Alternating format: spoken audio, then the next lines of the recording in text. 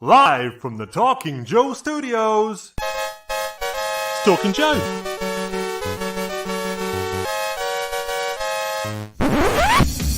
Talking Joe is on the air.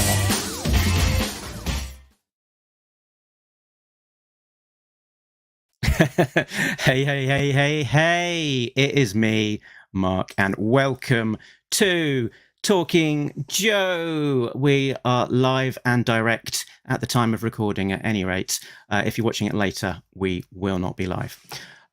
So we've got another special episode today. We are going to be looking at this bad boy here. It's the G.I. Joe 40th anniversary special that was published just last month by IDW, and is a remarkable issue in that it is a recreation of the issue 21, the famous Silent Interlude issue, but not by the original artist, but by a stream of super special guest artists from the ranks of the G.I. Joe kind of legends, I'd say.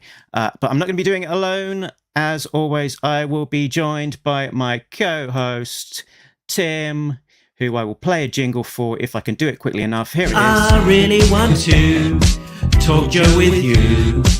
It's a real American Tim. American Tim.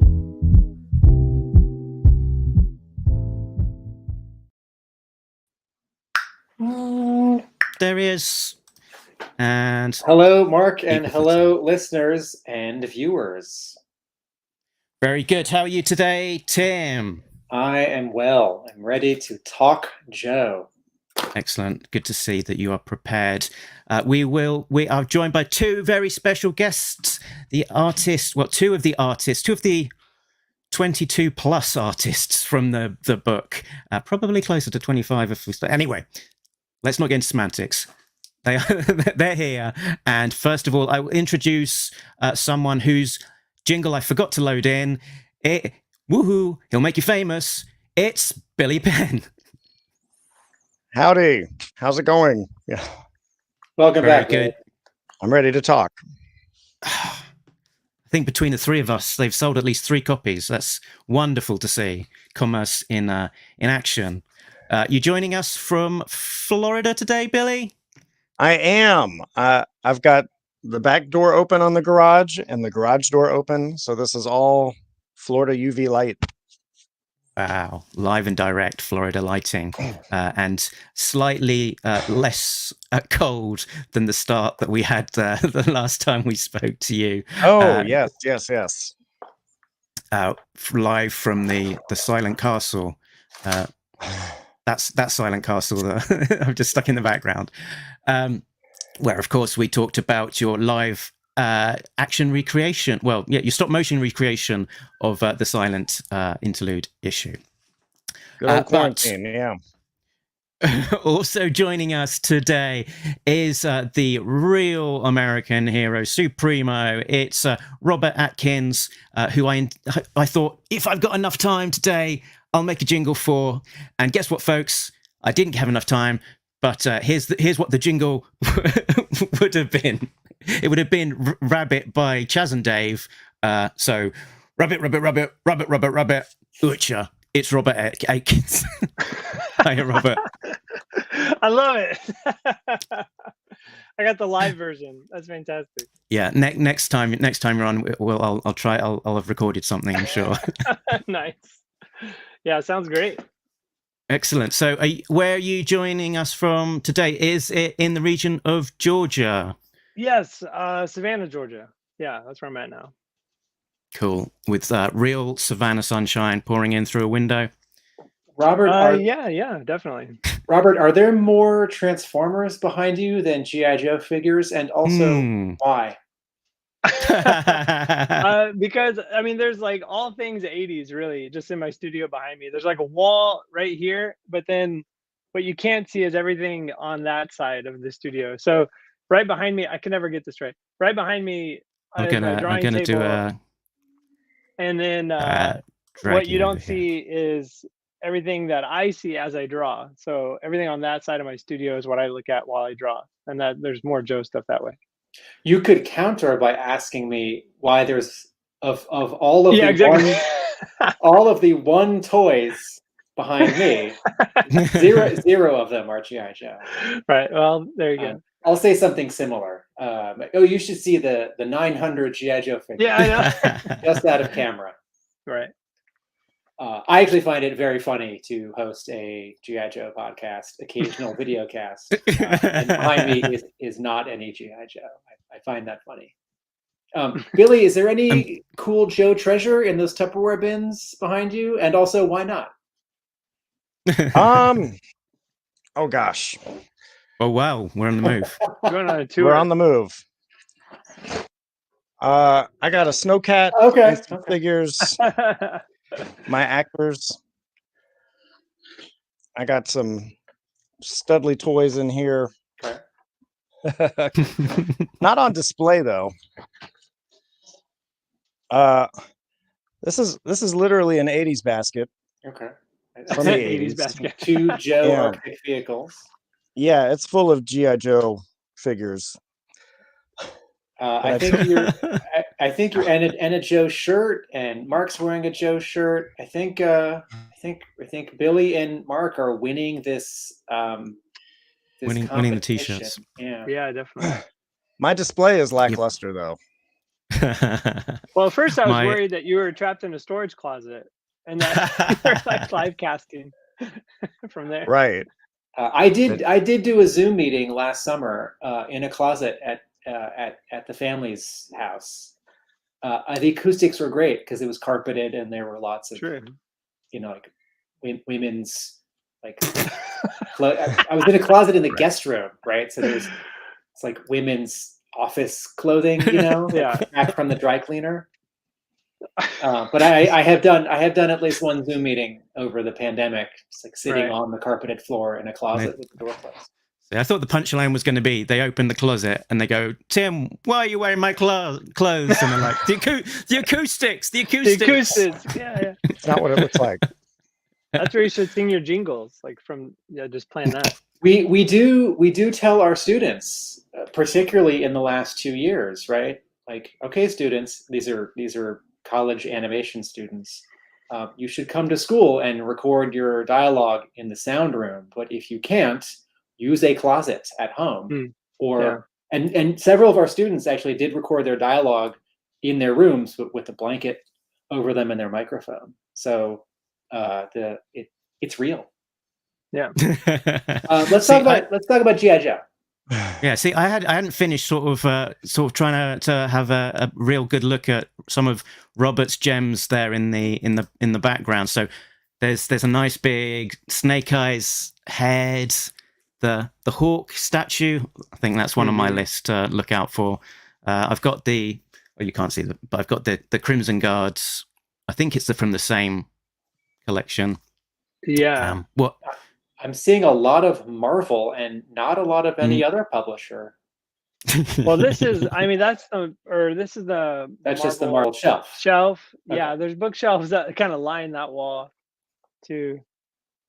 There's there's a like right up here is like the Turtle collection, and then at the bottom there's a lot of Valiant and Dark Horse, but this whole shelf is Marvel. Okay.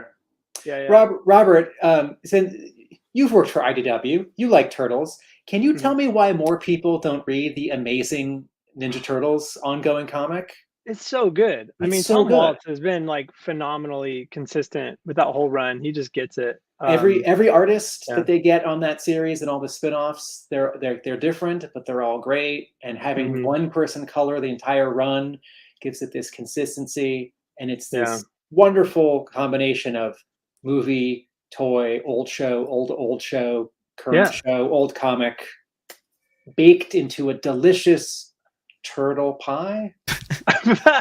Soup. I think Boiled into a delicious turtle best soup. Yeah. I think it's the best ongoing, like consistent series IDW's ever done, like hands down. Because it's had such a consistent voice throughout it, and by all means, it's had some story arcs that are better than others, but overall, if you take it as a whole, it's been the most consistent, because every other run has had like it's been rebooted, or it's had multiple writers or I don't know, editorial staff even come and go. But I think the Turtles has hands down been the most consistent, and they've just had such a clear voice from the beginning. So yeah, I've loved it. When people come into my store and they see the black and white original collections and then the current series sort of as the hardcover and as the softcover, which are different formats, different reading order formats, I will say to people, I didn't like this comic for the first 10 issues, but it clicked with the third arc. So yeah, I would agree. Yeah. Give it a chance. Yeah, but then once it hit that stride, it just really takes off, and it's phenomenal. So Billy, Mark, why aren't you reading Turtles? They're only 127 issues. Exactly. Plus 50 spin-off issues to catch up on. That's it. Yeah, it's all the other good things that I want to read and haven't got time to read as well. My reading part. My reading pile is my room essentially. I did get my free comic book day version. I'm all caught up. So that issue, the free comic book day Turtles issue, I think is roughly issue 126 and a half or 127 and a half, setting up the next arc. But I was me. I was gonna say, Billy? I think at IDW, like Larry Hama's still doing G.I. Joe, and Eastman still has, his toe in the turtle water, the turtle pool. Turtles. So that's pretty phenomenal. Yeah. Yes. It's a good time to be a Joe fan. It's a good time to be a Turtles fan. Yeah, that's true. Very true. I'm a little sad for My Little Pony Friendship is Magic fans, because I think that is all ended, right? Like the show's over, the comic that continued the show is over, and there's a new comic, and they've started over, like a new continuity. As far as I understand it, yeah.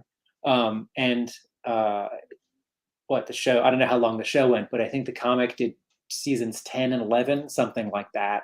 And if that could be something like The Simpsons, where it just keeps going forever, but maybe a toy company feels differently. No, we have to change it up again for the kids.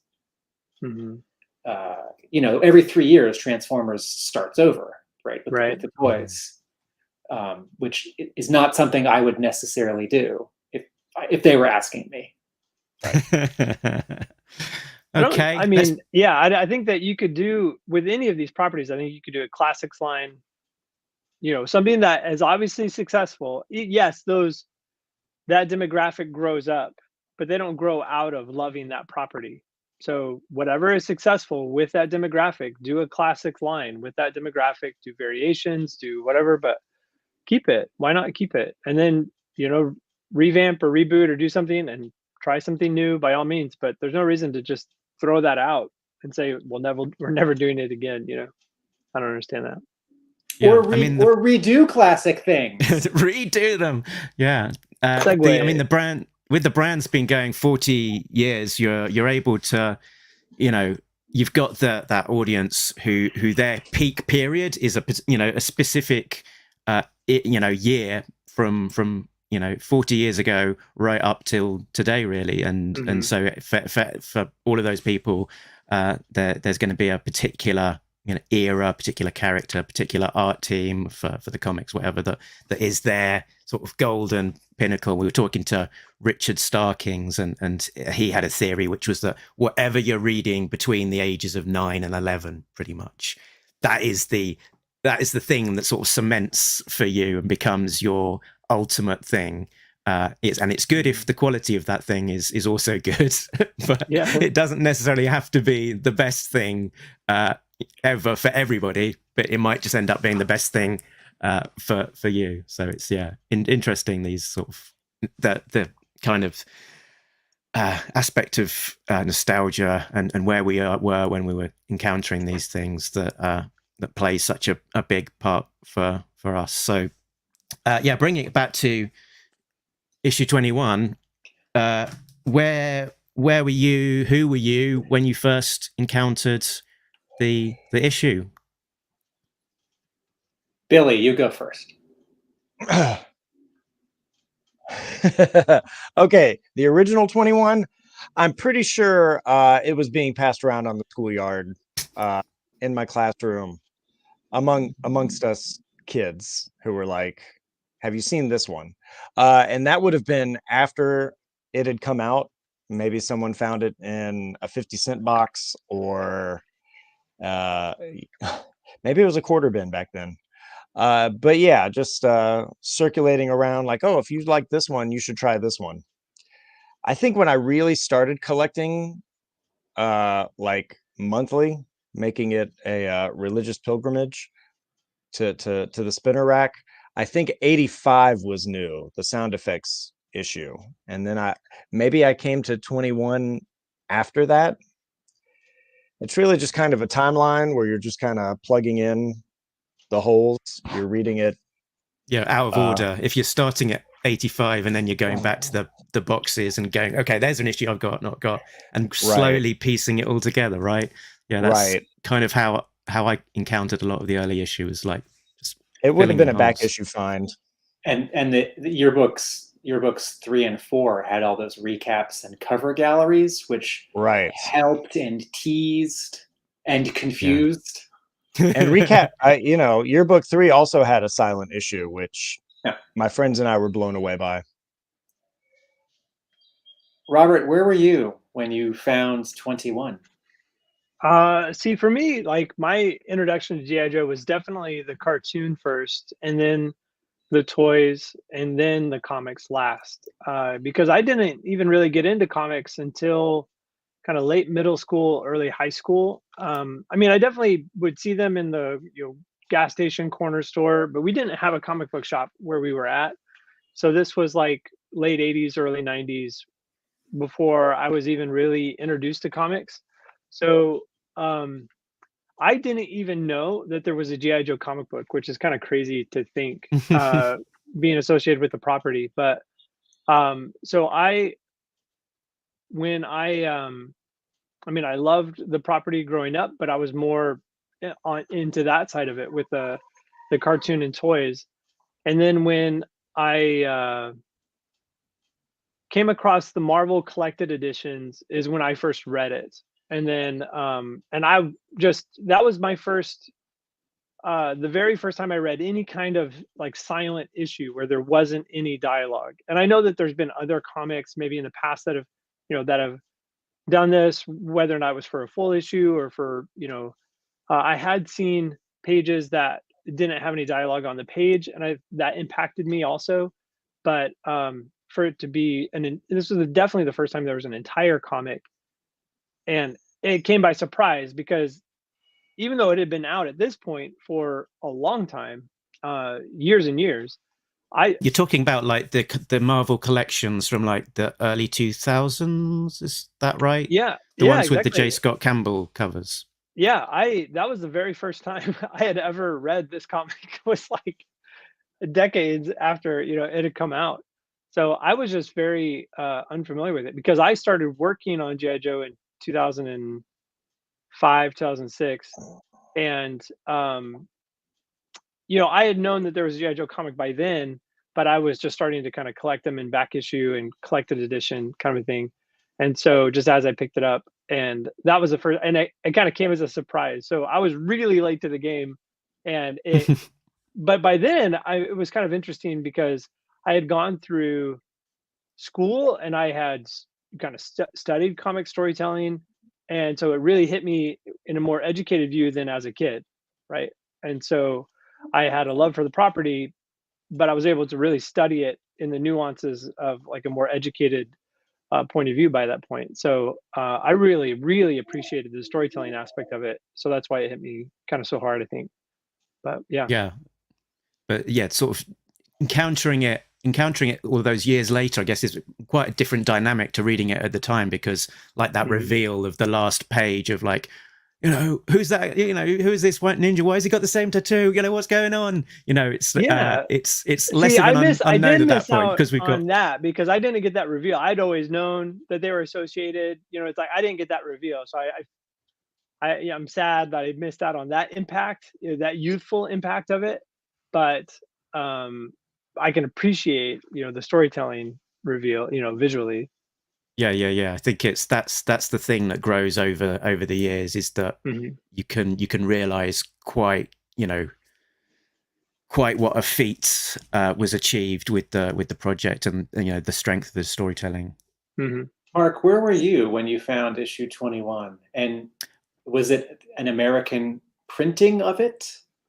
I first encountered it as the Marvel UK Action Force weekly reprint of 21, which was printed slightly out of order. So they were kind of started, pretty much with that like that early Zartan issue is how they kind of kicked off the American reprints, because you can understand why they did it, because it's a big bombastic storyline, and also it was tying into the toys that were then coming into the UK.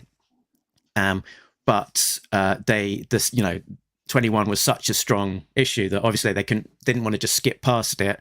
They wanted to include it in some way, so they created this sort of bookends story, which was illustrated by a very young Brian Hitch, and contained some dialogue to try and fit it in into the kind of overall story that was being told. And yes, I encountered it, I guess, over a space of a few weeks, because it was being chunked up into smaller segments as well. So that was how I knew it for quite a long time. Did it occur to you that most of it was wordless and that was unusual?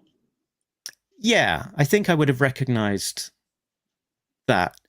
It was probably less striking that it was so wordless, because it was bookended by this beginning and end sequence, and it was also part of an anthology which contained other issues which did have words as well. So it was less striking that it was an entire issue that was wordless, because it was a smaller part of a wider issue. And it might, I'm just wondering, it might have actually been until the Marvel reprints that I then encountered it in kind of a closer to the original format. But yeah, I tended to destroy my Action Force comics, take them apart and then staple the American stories together, because I couldn't be doing with the anthology. I just wanted to, I wanted to get the whole story all in one go. For readers, listeners who are curious about this reference to these Marvel reprints, what IDW now publishes as classic G.I. Joe volumes 1 through 5, Marvel initially prepped and published as G.I. Joe volumes 1 through 5 in 2001, 2002, 2003. And IDW took all of the same files, made like one tiny change to all 5 of them. But that's what those are. Actually, you can't quite see them, but they're four of them are behind me, the Marvel printings. What about you, Tim? My story sort of splits the difference between Robert and Billy, because my brother and I were first into the cartoon, and then the toy, and then the comic. And I got into comics the summer before 6th grade, which I consider late, although I can see compared to some people it's not. And we bought issue 90 when it was new.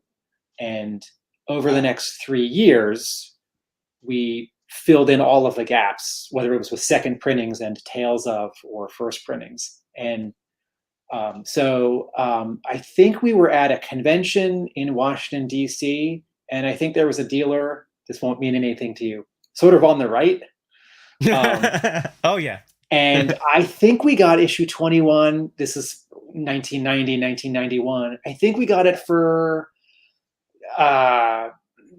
between $12 and $22 at a time when I think it was selling for 5 or 6 more than that, or that's what the price was, but you could do some bargaining. And we were supremely aware that we were getting it for a deal. And we hadn't known what the cover promised, but we'd seen the cover reprinted, here and there in a catalog or whatever.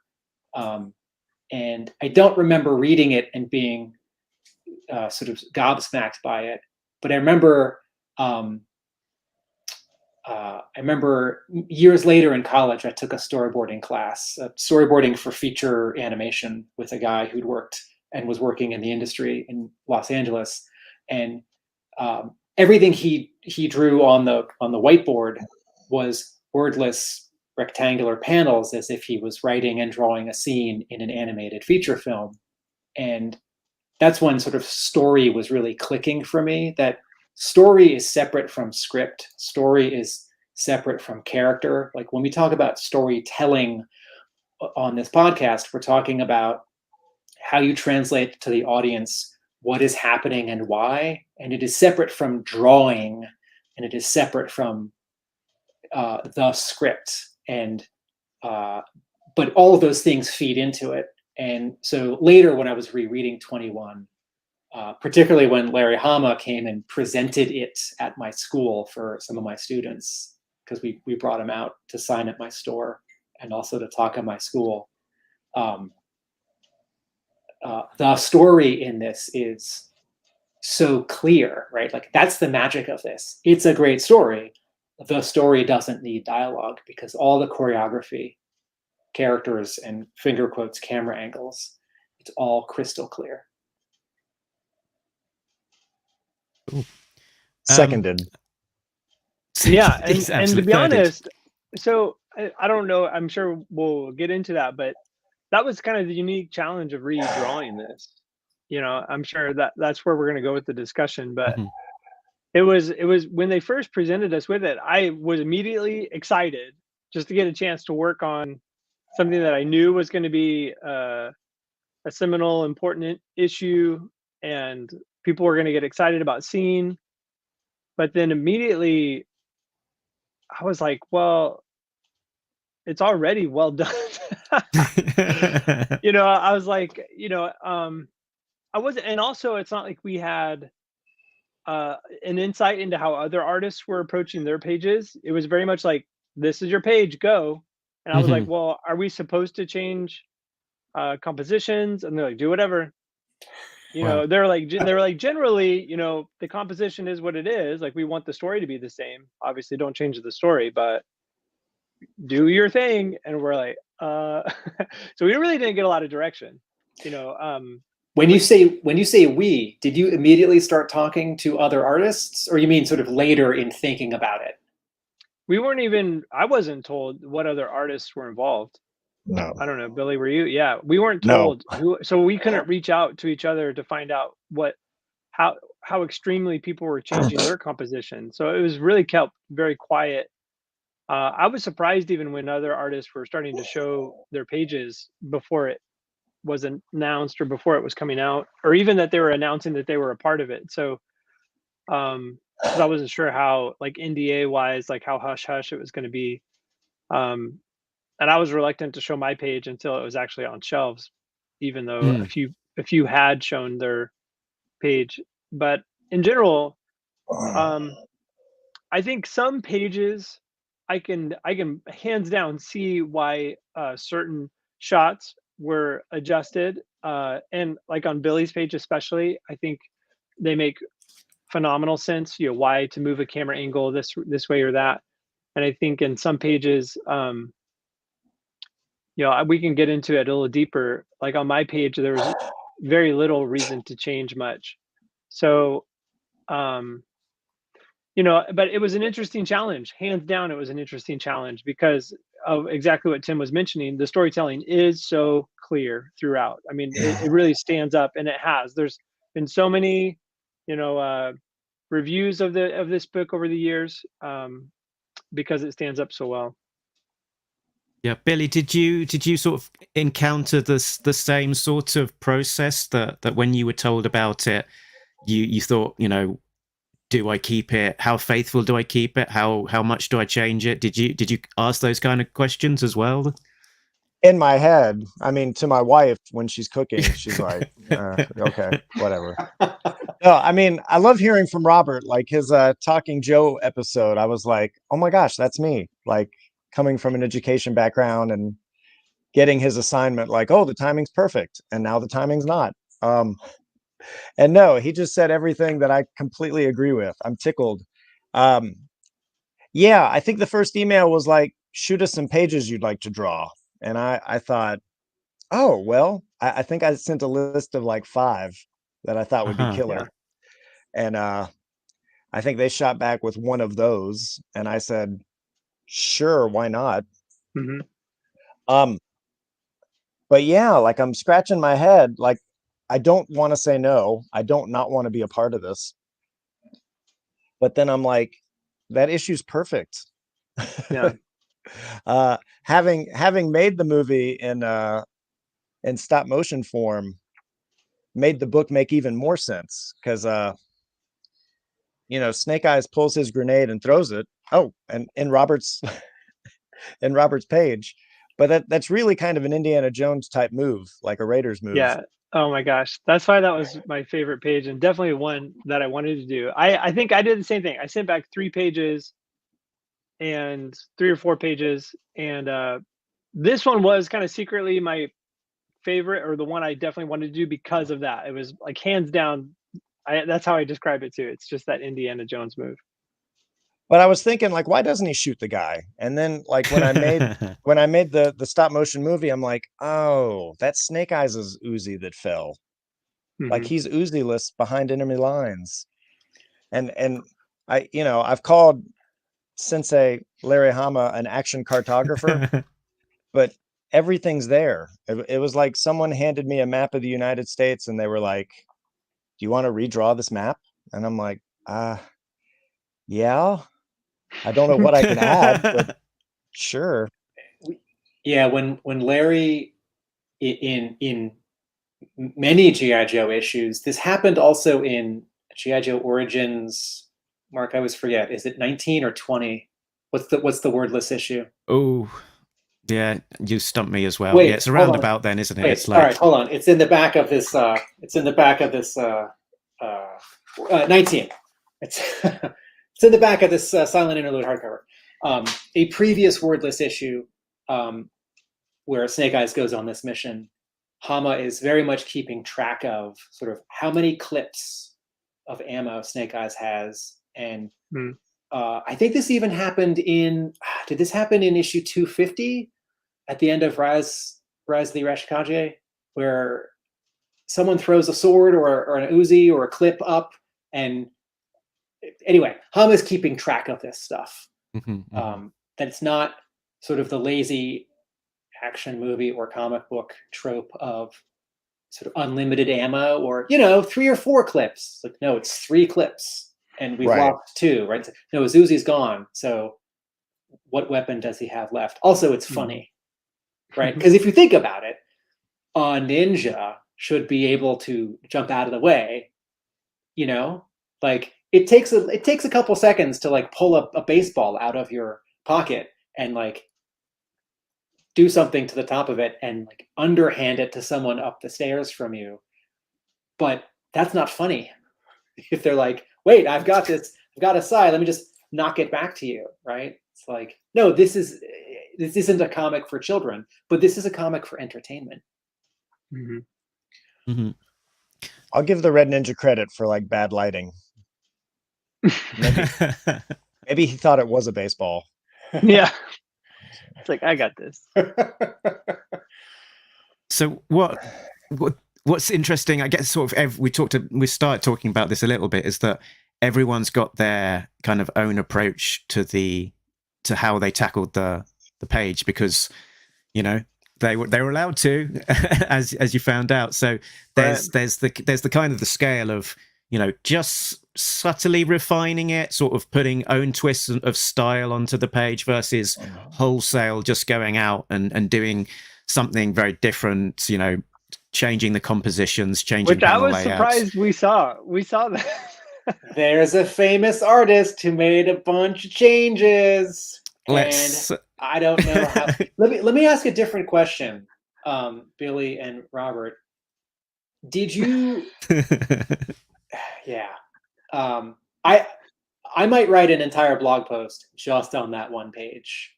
Yeah. Because I have many feelings about it. but I will save that. I'm still waiting on part 2. It's done. I need to. I'm posting it today. Okay. I kind of wanted to wait till Tuesday because the 3-day weekend I won't get any traffic, but I may just I need to add 2 JPEGs and then it's done. Spoiler alert, it's going to be a part 3. So, Billy and Robert, did you draw your page from a comic or graphic novel you had? Did IDW send you a like JPEG or a PNG or a PDF of the page, or did they send you the actual Larry Hama sketch layout, the breakdown? Oh no, yeah, they just sent us a PDF of the full issue.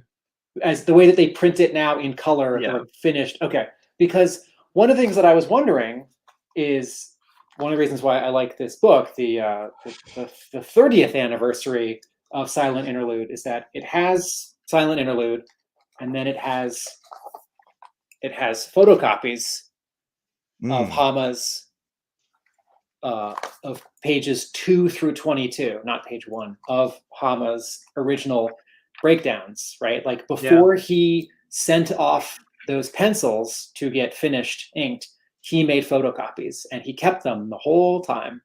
And I imagine one might approach redrawing a page from this story a little differently if they were working from these slightly sketchy black and white actual breakdowns versus the penciled, inked, colored, printed version, like a fully finished comic.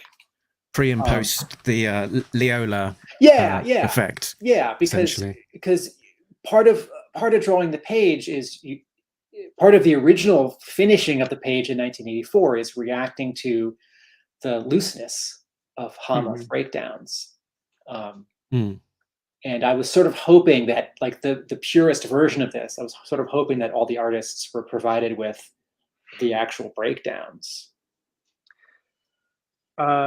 No, we weren't. I could see how that. I think given more time, that could have been a more interesting storytelling experiment. But when they approached us with it, they wanted a pretty fast turnaround. I think they're like, hey, just, we have a great idea. How fast can you get this done? Basically, it was kind of like, it's just one page. Can we get this in 2 weeks? I think was the initial deadline. And then, which depending on people's schedules, like they were either on another book or a lot of us have full-time jobs and we're doing other things. And so, even fitting that one page in, I think was difficult for some. I think I probably got mine in about 2.5, 3 weeks. And I was like, I am so sorry. I've got to be the last person turning the page in. They're like, oh no, you are not. And I was like, all right, I guess.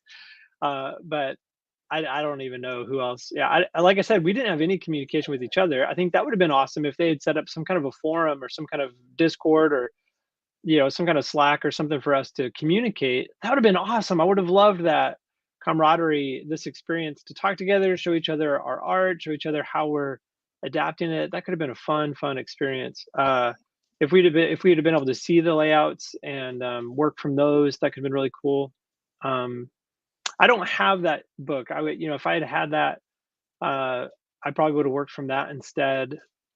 But yeah, they just provided a PDF. Also, something that's now publicly available that only really in the last few months is the scans that that Gene Park made available of his copy of the original art, which is what's on the right of the screen here. So that's I wonder how many people working on the book were able to look that up and reference it, because it hasn't been available for a huge amount of time, so it might not be that people realized it was even there. So I think probably not. Robert, Billy, art approach question. Did you have the PDF on one side of your screen and you're drawing on the right? Did you make it very, very light blue and print out a copy onto Bristol and draw on top of it?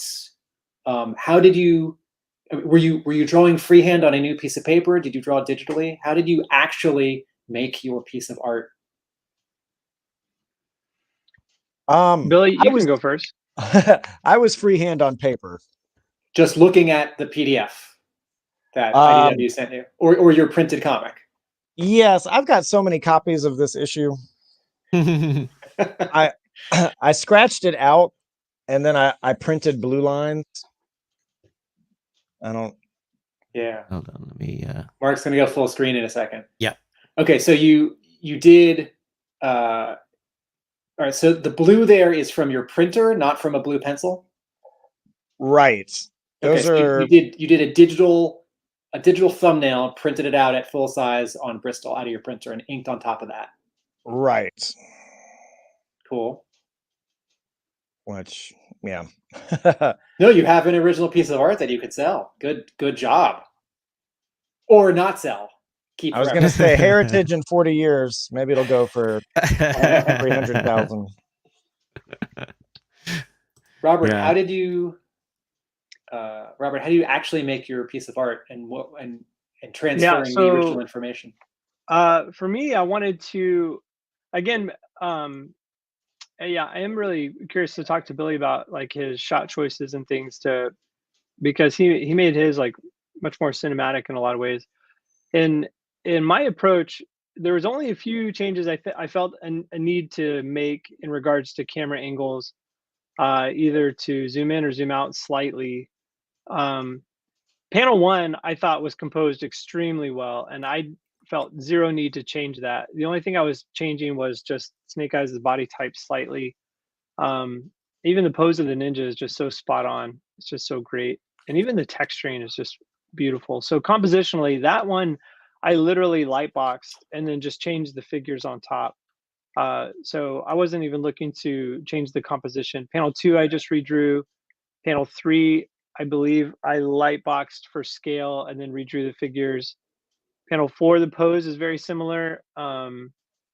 And I just adjusted the size to fit slightly better, so I wasn't hitting a tangent on the bottom of the panel.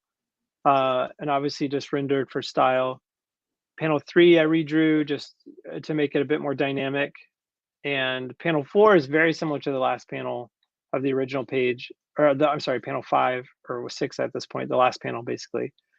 Because to me, that's just so iconic. I mean, you can't rework that facial expression, and even down to the lettering on the grenade. I'm like, I am not changing. I'm going to obviously render it different for my style, but I'm not going to change a line of this panel, because my page, I think there was a few pages in the book that I felt if you changed them, it would do a disservice to this story. There's a few pages in the book that I thought if you changed it, you actually hurt the story. And on this page, I felt like there was a couple panels that do that. Panel 3 and the last panel were two of those, where we get the reveal of the ninja, and the last panel. And if I ever made a change, it was just Snake Eyes' body type to make it a little bit more my own, like what I'm a bit known for and how I render him. And then just overall rendering and shading. If I changed, panel 2 and panel 5, that was typically a bit more just for dynamics and to modernize it a bit. I rarely change. I don't even do a lot of diagonal panel work. But if I do, it's just to emphasize action and to build up, energy and excitement, and I don't even go too crazy with overlapping panels or breaking panel borders. I don't think it's that necessary. But in this sense, we have a lot of setup and then the moment, and I thought that middle tier could use just a little bit more, and also to accentuate the shape of the action. So I went ahead and just angled my middle tier panels. I thought about not framing in the last panel and letting that just do a full bleed, but I think cropping it again just makes it more cinematic to crop it. So I just went ahead and still did that anyway. I like the little subtlety that you're saying there about the size in that panel, for just sort of slightly shifting it higher up so that you're not getting the tangent. It's that's really subtle. I wouldn't have even noticed that if you hadn't pointed out. It's sort of showing the sort of emphasizing the point of the sigh, as well as sort of moving it up slightly from the border. One of my favorite little touches on your page is just making the lettering on the grenade, just giving it the shaded effect, so that it's making it look like that lettering is 3D essentially, like it's a stamp, like embossed. Thanks, yeah. It's just a little thing, but sort of just bringing it I guess, modernizing it a little bit and sort of being able to add just a little detail to it. I'm also, noticing now the diagonals, which I hadn't actually picked up on my first read through of that. How did the two of you, and Robert, why don't you start this time? How did you feel about maintaining Snake Eyes' costume? I had asked about that and got no direction. So I said, because that would have been helpful too if somebody had come in, and I don't even care who it had been, but if they had just come in and said, we're going to go with this take on Snake Eyes' uniform, right? And said it's a bit more modern, or we're going to go with the exact version like it is in the book. If they had just come in editorially and said, we're going to make this, editorial decision to do it this way. Instead, we get a bit of variation, which I don't even mind either. It's just that artist interpretation of it with each single page. It just adds more variety as a result. So, I don't know that there's a right or wrong way about it. The different ways they could have went about it is to have somebody do just a model sheet, and then we all would have stuck to it, and then it would have kept it consistent, and we still would have had varying either body types or rendering styles, and we still would have got that uniqueness. And a certain someone probably would have still ignored it when they did their page. I was just gonna say, page 19 probably would have been different. But still, it doesn't. I don't necessarily know that. Obviously, I still love the books. I don't know that that was a wrong choice. I'm not criticizing that choice. But we weren't given anything. We weren't given any direction.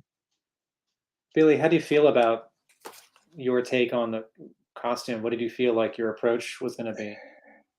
It's funny because I think my brain thought there's three different ways I could go, like super extreme, like underground comics looking, or that would be like a level 3, and like a level 1 would be like trace the original page because it's perfect, and then 2 would be somewhere in the middle. And I think I did 2, but not knowing what other people were doing, I thought, oh my gosh, are the other pages going to be like underground comics? Like, is someone going to collage like newspapers and make a page? Is someone going to do this whole thing with crayons or photograph toys? And then I'm going to be like the one guy that drew it normal. Yeah. That would have been embarrassing. I even, I always toy with the idea of wanting to color it myself. And I think I would have done like Ben-Day dot screens and, added the, what do they call it? Added the noise in Photoshop and tried to make like it look screen tones, retro. Yeah. But I also like, Robert's more modern take, like tilting Snake Eyes' head, and, it looks like it was made in 2022 and not 1983, 84. And I think, James Brown was the colorist, so that kept things consistent. Having a consistent colorist does tie together throughout. And then, and just quickly, just to step back, I lightboxed certain panels for composition, but then finished it in pencil and inked it directly on the board. So I had just a pencil and inked final page, because I definitely wanted that original. So is this that's how I finished my page. Is this the last page you're ever going to sell from your art collection? No, I already sold it. Cool. It's gone. Congratulations, okay. Robert, and to the buyer. I do have some pages that I like and that I've kept, but I've never been too precious about my art. I don't know. I don't care about it that much. One of the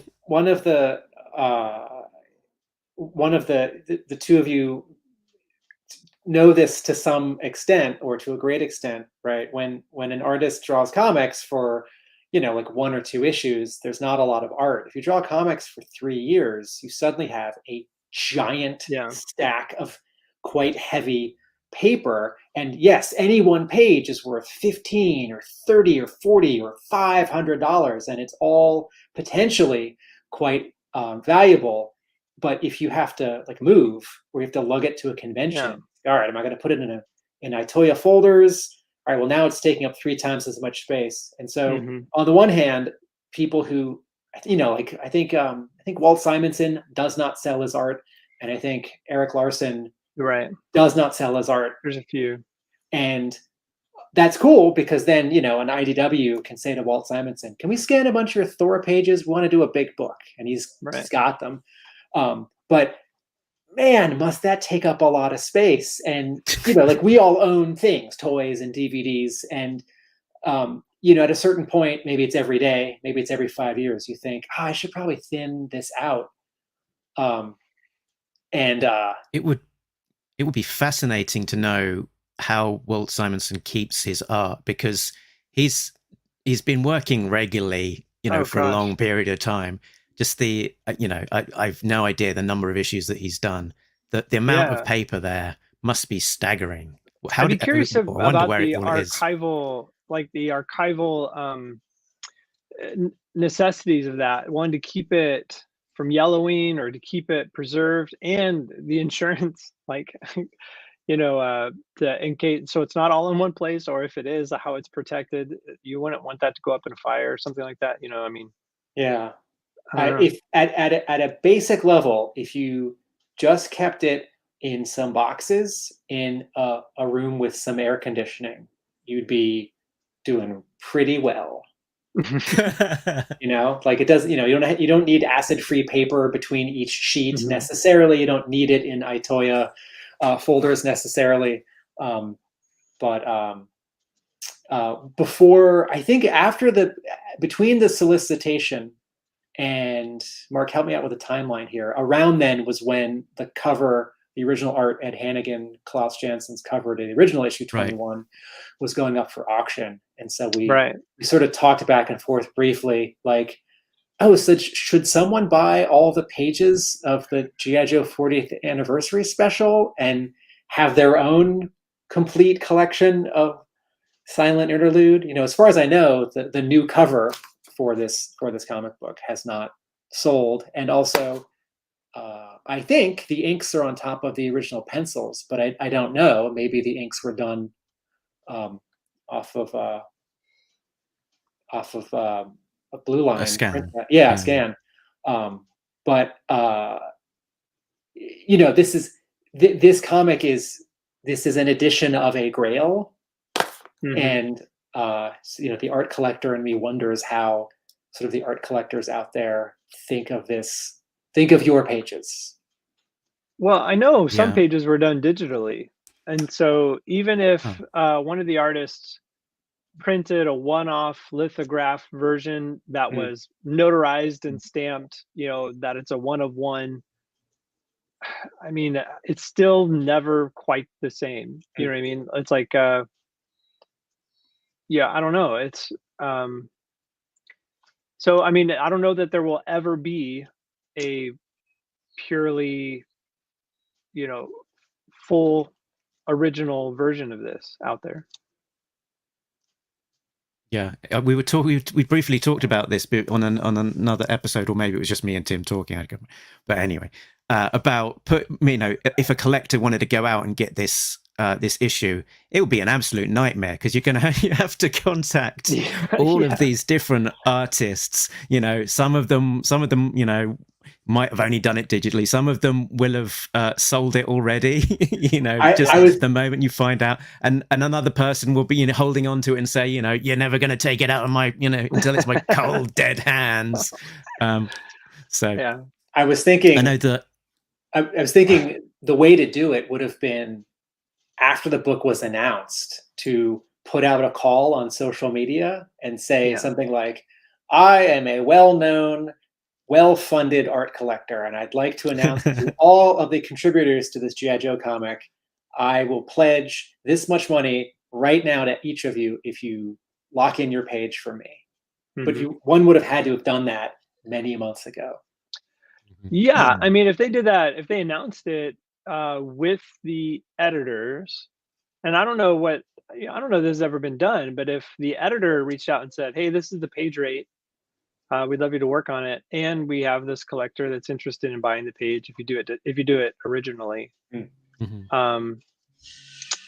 Heck yeah, people would sign on and do the original. You know what I mean? Because IDW is only going to pay so much for a page rate, but if you know you're getting so much on the back end for the original, then you have even more incentive to do it and to do it original and to get it done by a certain time. And then Robert, that collector is going to get it all. Robert, do you know who drew their pages digitally? I think off the top of my head, I'm pretty sure Tom Feaster did his digitally. Right. On the page one, but Yeah. because he just works digitally now, and I chat with him pretty often. I would guess Freddie Williams II because he wrote a book about drawing digitally. I don't know if he still does or if he does consistently. Yeah, but he sells a lot of his art on his website as well, so he isn't just digital. Tom Feaster did. He does those gray washes. Yeah. Did have a bit of process page there in the back of the book, so it looks like he certainly used some digital tools to at least lay it out. Even he probably did a blue line and then finished with inks just to have an original. Yeah, actually, that's a good reminder, Mark. Freddie Williams II's making of page in the back is definitely a computer blue line sketch, but it does look like it's been printed out on Bristol. Yeah, quite possibly. Yeah, sort of doing a good chunk of it on digital, then printing and finishing it by hand, perhaps. If you don't mind, I'd really like to talk, Billy, about panel to panel, like we did with my page, sure, yeah, kind of some of the comparison of the original and your shots. Where are we? Yeah, Billy, I don't know whether to phrase the question like panel one, you flip the camera, which is wow, that's amazing. What were you thinking? Or how dare you? Right. I think it's great. I love it. I think every shot you made was the right choice. But I think I want to know what you're thinking. Yeah. Well, thank you. Watching. Okay, this is nerdy, but doing my little stop motion version of it, I realize there's a bunch of helmets on the ground now. All those dudes got their hats knocked off. So that's cool. It's picking it up from the previous page. Yeah. I thought that'd be neat to show, the debris on the ground. And panel one, the original, is perfect, but I don't know if we know which guy exactly is attacking Snake Eyes. If you hop with me into the Wayback Machine, and go back to 1984. The one who gets the knife in his chest, or the one who doesn't get the knife in his chest? Right. I'm thinking the guy that gets backhanded is the first guy to wake up. Yeah. Right, because he just gets slapped. Right. But it is funny too, because I think the guy, okay, what page is mine? 12. On 11, the guy with the goggles, I think, disappears. Yeah, he kind of just drops, right up against the balustrade. He's just up against the wall, half wall there. Right. Yeah, he's cropped out of panel. I did try to include him in my panel one, and I tried to make the Uzi all black so you could still see it. But yeah, you're basically just if you change the camera angle too much on certain panels in this whole book, Larry already picked the best angle. Right. Like when Robert's talking about Snake Eyes going up the stairs and the ninja's just standing there like this. If you did it from the ninja's point of view, you wouldn't see his arms crossed. Right. Or you'd be between his legs, and Snake Eyes would be really tiny down the stairs. Or if you zoomed in on him. All the perfect angles have already been picked. So I just kind of did the best I could. It was a weird assignment. I kept thinking of Gus Van Sant's Psycho remake. which is a shot-for-shot remake of the Hitchcock original, where Van Sant didn't change anything in terms of directing.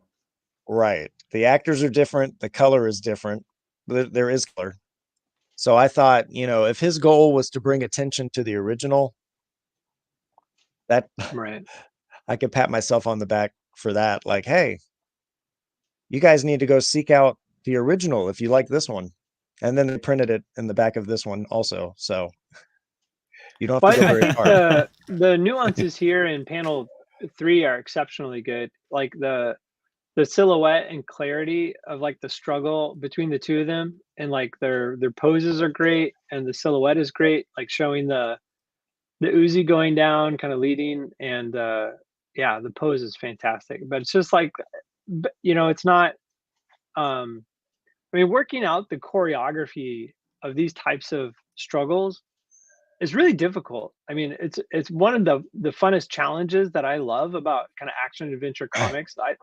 I love it.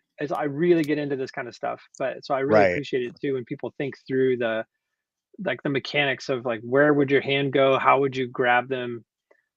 Just to use that body leverage and thinking through that. I just love it. I think this looks awesome. Well, it's embarrassing, but I would never do like a horizontal panel that tall typically. Mhm. But I really, as a stickler for giving your eye room to breathe, like his Cobra boot, I think is way too long, but I like the way it fills up the rest of Yeah. the panel, and it does bring your eye down to Snake Eyes and then the gun. But as Yeah. far as like acting it out, I did act out Snake Eyes' pose for panel 1. Oh yeah. Because I think he Show us the reference photo. Grab your camera. Well, it's a video. Like I acted it out. You backhand a dude. So which way is your body twisted? Yeah. Mm-hmm. So he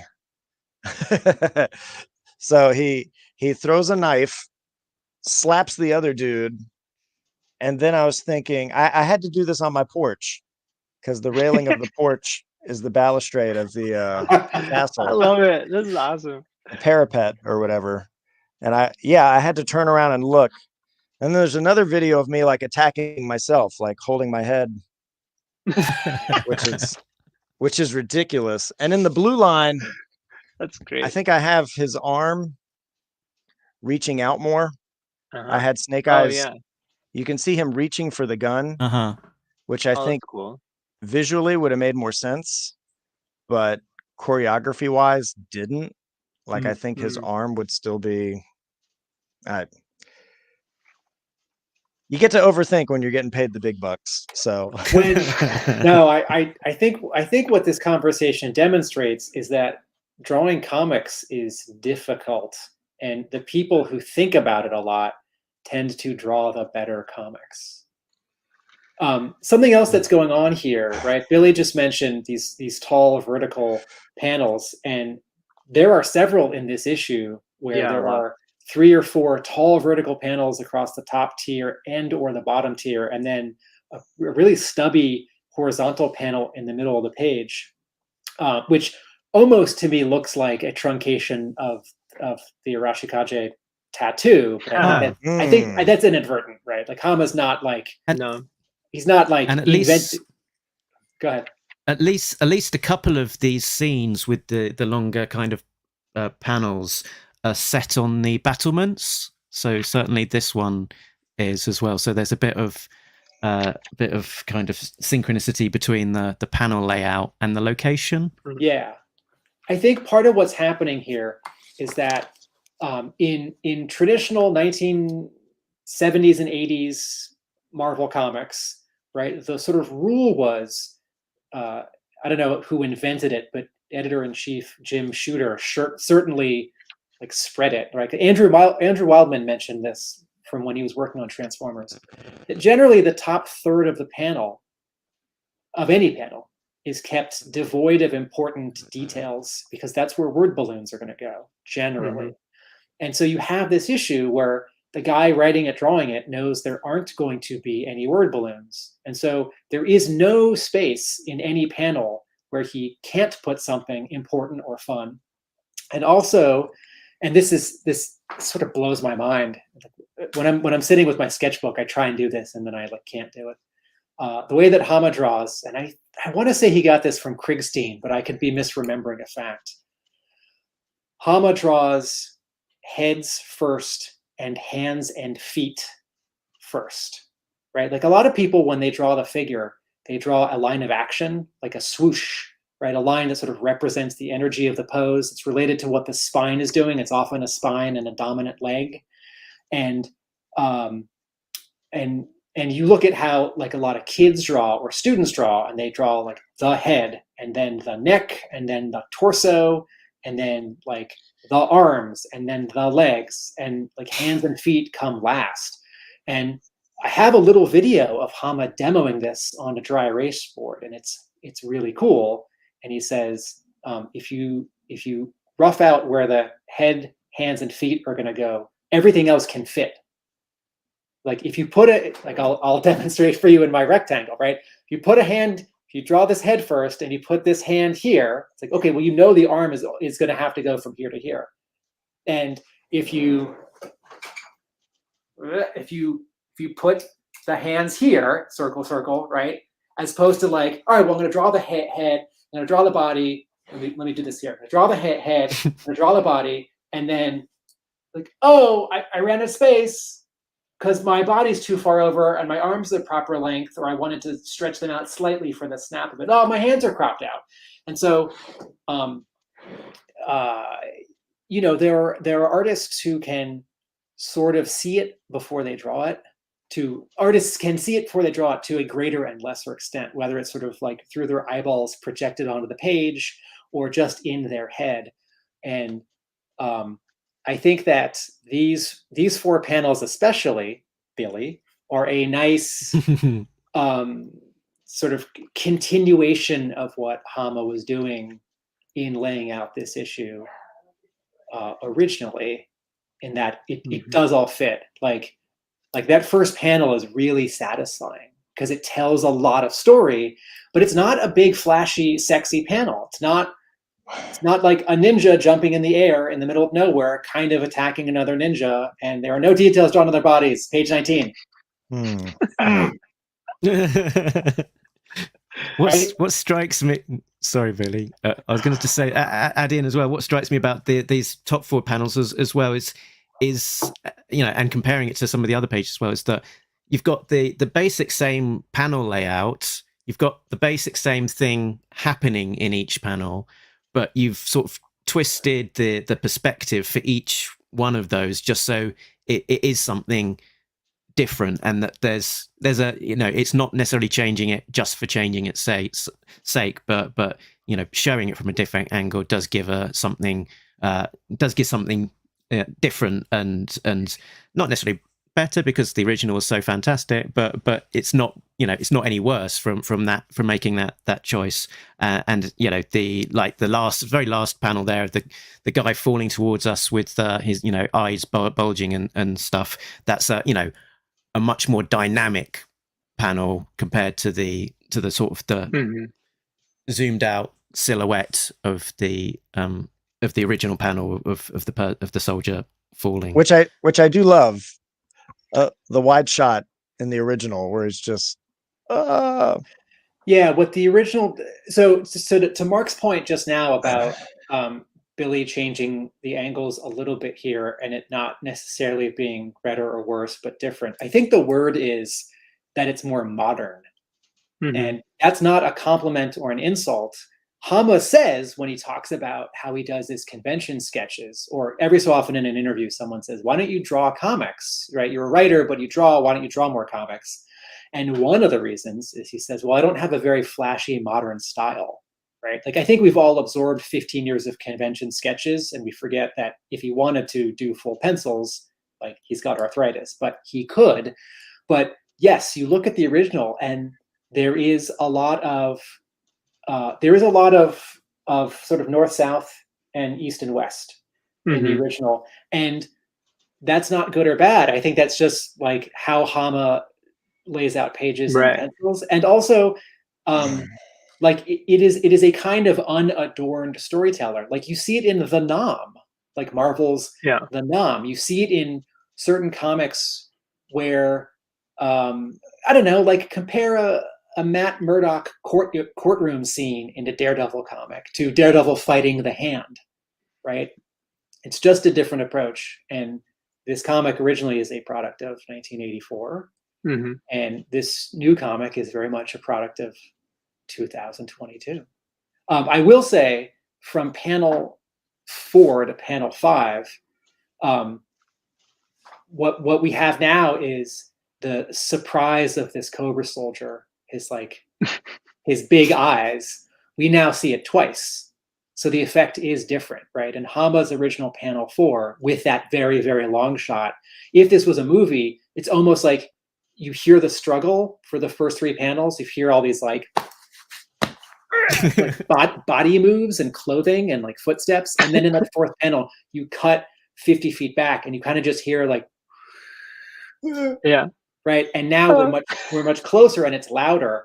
And so the note gets hit twice. Yeah. Because we see him in panel 4, and then we see him almost horizontally below that lined up in panel 5. Mm-hmm. So the sort of like the joke of it is different.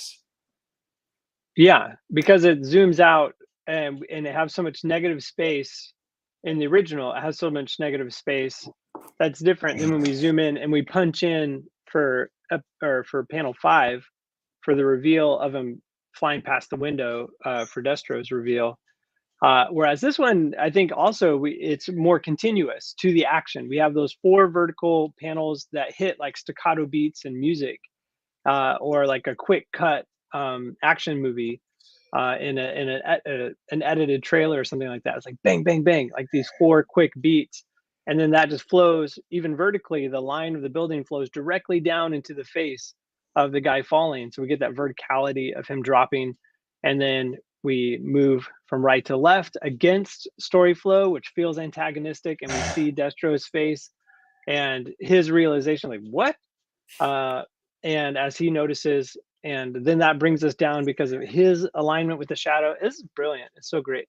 So that brings us down into the last panel. It all flows extremely well this way. So even the changes that made, it just, I think, keeps the action continuous as opposed to having that visual break in the action and then pick back up. And it's just a pacing difference. When I gave this comic to my wife, because I thought, oh, it's been colored like by the same guy. It's all colored. She'll have a harder time picking it out. And she flipped through it. She was like, those are your eyes on page 12. And I'm like, really? I didn't think so. Great. Another change that Billy has made in panel 6 is adding more Cobra soldiers or adding more of them. Yeah. And Larry has talked about he roughed this in 3 days, and because it was behind schedule. And in that original panel 6, he's drawing only 1 full figured guy and then only 3 partially figured guys, and then a bunch of heads, or not even heads, just a little bit of a helmet and Sharpie caps in the hallway. Yeah. Right. Sort of the story goes that kids wrote in letters saying, like, oh, this issue wasn't a good value because it didn't have any script. Did you forget the word balloons? And a panel like this in the original walks this fine line of something that's going to be harder to draw and take more time, showing just enough of it, indicating that sort of we fill in the rest. Like I see those 2 Cobra heads on the bottom and the 4 little Sharpie caps on the bottom right. And I see the red light and I see Destro's pose. Like, I understand this. I'm not like, I don't need a 2-page splash of 15 Cobra soldiers running down a hallway, And so Billy, whether knowing it or not, gets the opportunity in redrawing this page to add a little bit more of figure work. I just love that Destro against a white wall. Like, he looks so good, and the clarity I was of about the to. Oops. the I was about just the to clarity say is so good. I Oh, was sorry. about to say one of the things that strikes me most about that bottom panel is how you've almost like punched it up with a great big whacking shadow. So I think we're saying the same thing from different angles. But yeah, the original one, it's like Destro on a quite stark white wall, and now it's there's some quite heavy blacks, and it feels like more like a kind of horror, lighting mood to it, doesn't it? I was going for that Rocketeer cover. Oh yeah. Oh yeah, yeah. Cliff's got his backpack. Uh-huh.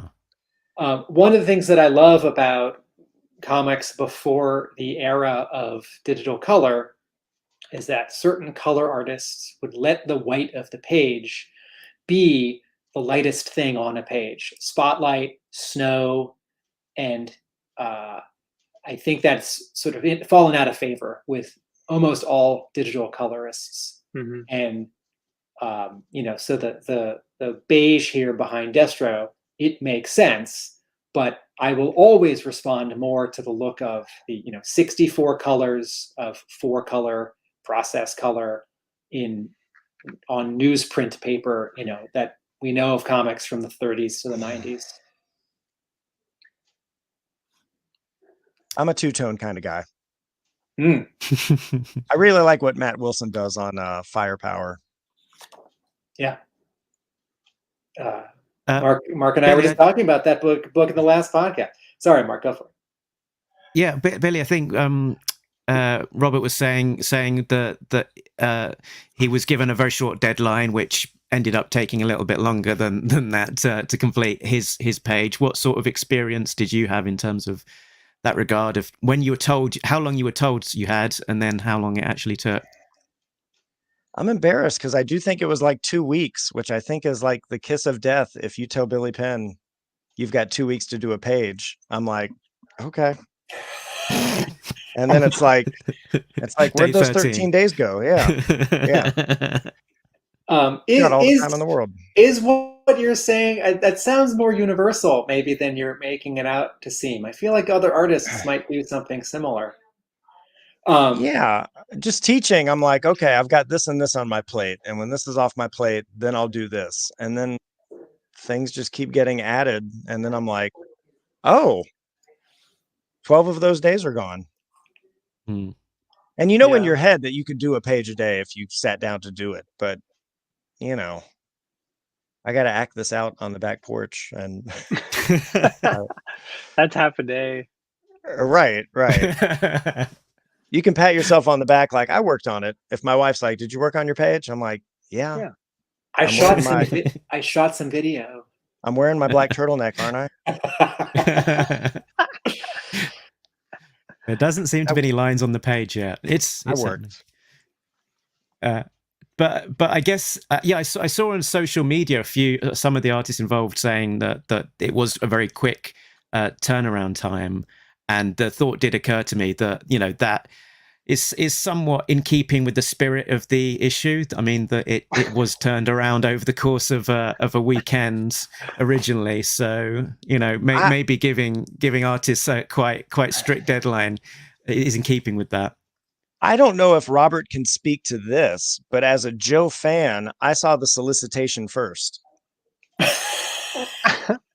And I think the solicitation had like 4 or 5 names, and it was like, and all your other fan favorite artists. And I was like, oh, I didn't get called. And then 5 days later, I was like, oh, yes, thank you. Yeah, I think, it'd be curious to kind of be a fly on the wall for that editorial meeting where they had the idea, wait, we could do this. It's actually the 40th anniversary and let's do this. Because I think they made the decision in January. They probably made initial calls late January. I'm thinking back on the timeline here. And then, and it's not that big of a deal, but I think, I remember exactly. I could look up the emails. It doesn't even matter. But I think I got an initial email. I think I was probably in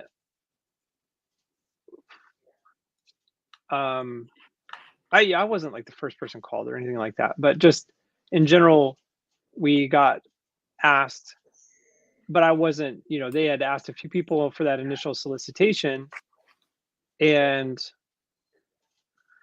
I think they had the idea they wanted to do it, but I don't think they had reached out to 20 artists or so and then got confirmation and then ran the solicitation. You know what I mean?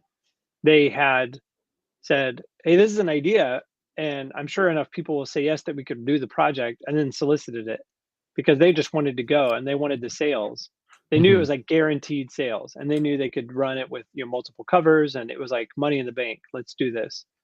And they didn't have to write a new script for it. They're like, this is an easy no script, no letter. I think the phrase you're looking for, Robert, is printing money. Yeah, exactly. I mean, yeah, so, for the most part. So notably, all right, so I'm looking at the solicit right now, and it says... Me too. It says, including S.L. Gallant, Letho Diaz, Andrew Lee Griffith, and many more. And notably, Gallant is not in this book. Oh my gosh, yeah. I don't know. Yeah, but many more are. And sort of everyone else is, right? Like everyone else who should be, who's done G.I. Joe for IDW in the last 5-10 years. I need to talk to Shannon about that. I need to find out what happened there, because I mean, he definitely should have been. He's the longest running Joe artist that's worked with Larry. Right. I know at times there's been some... Yeah, he must have just been up against some other deadline that he had to get the other unreasonable deadline down first. Yeah, the regular issues. And then to a different point that Robert just made, this is guaranteed sales, particularly with variant covers. Yeah. To my great surprise, there are no variant covers for this comic. And sometimes that might be down to time, because you have to commission one more artist. Yeah. And I'm like, the minute Hama showed the pencils on Facebook of the cover, I thought, well, there's your variant cover, or just the inks without color.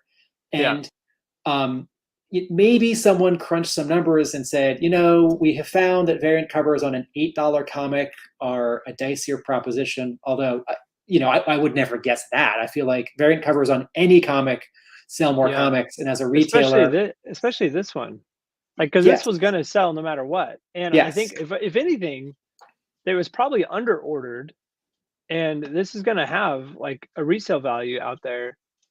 I don't know why they felt a need to rush it.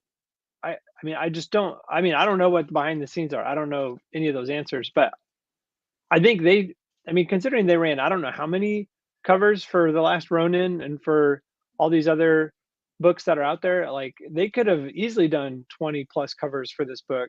Well, I think people would have jumped at the chance to do it. I think the comparison with The Last Ronin makes sense as a reader, but since like Nickelodeon and Turtles and that readership is a different thing, right?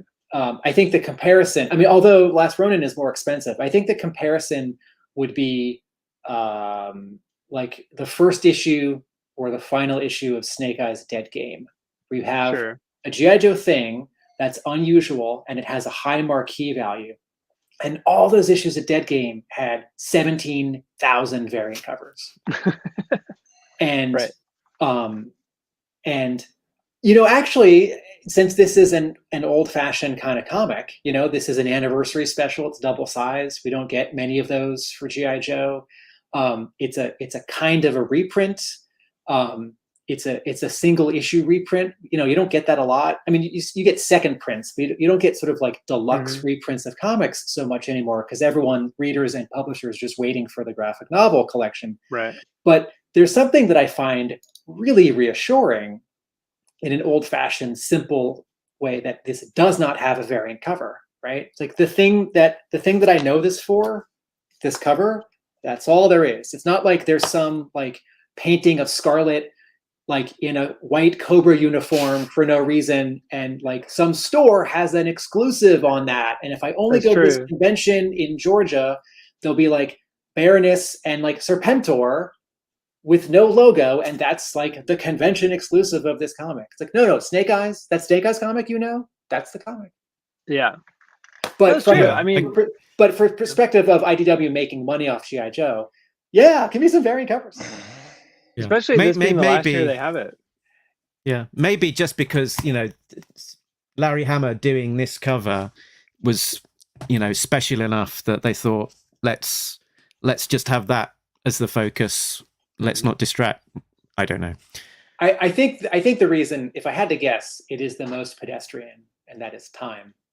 Yeah. I think this final year of G.I. Joe, in a normal year of G.I. Joe, it's hard to get 12 issues out because you've got approvals from Hasbro, and then there are still supply chain, shipping, paper, printing, talent, slowdowns and shortages. And, you know, like my dream for this final year was there was going to be, you know, 6 months ago when I was imagining my best 40th anniversary G.I. Joe year.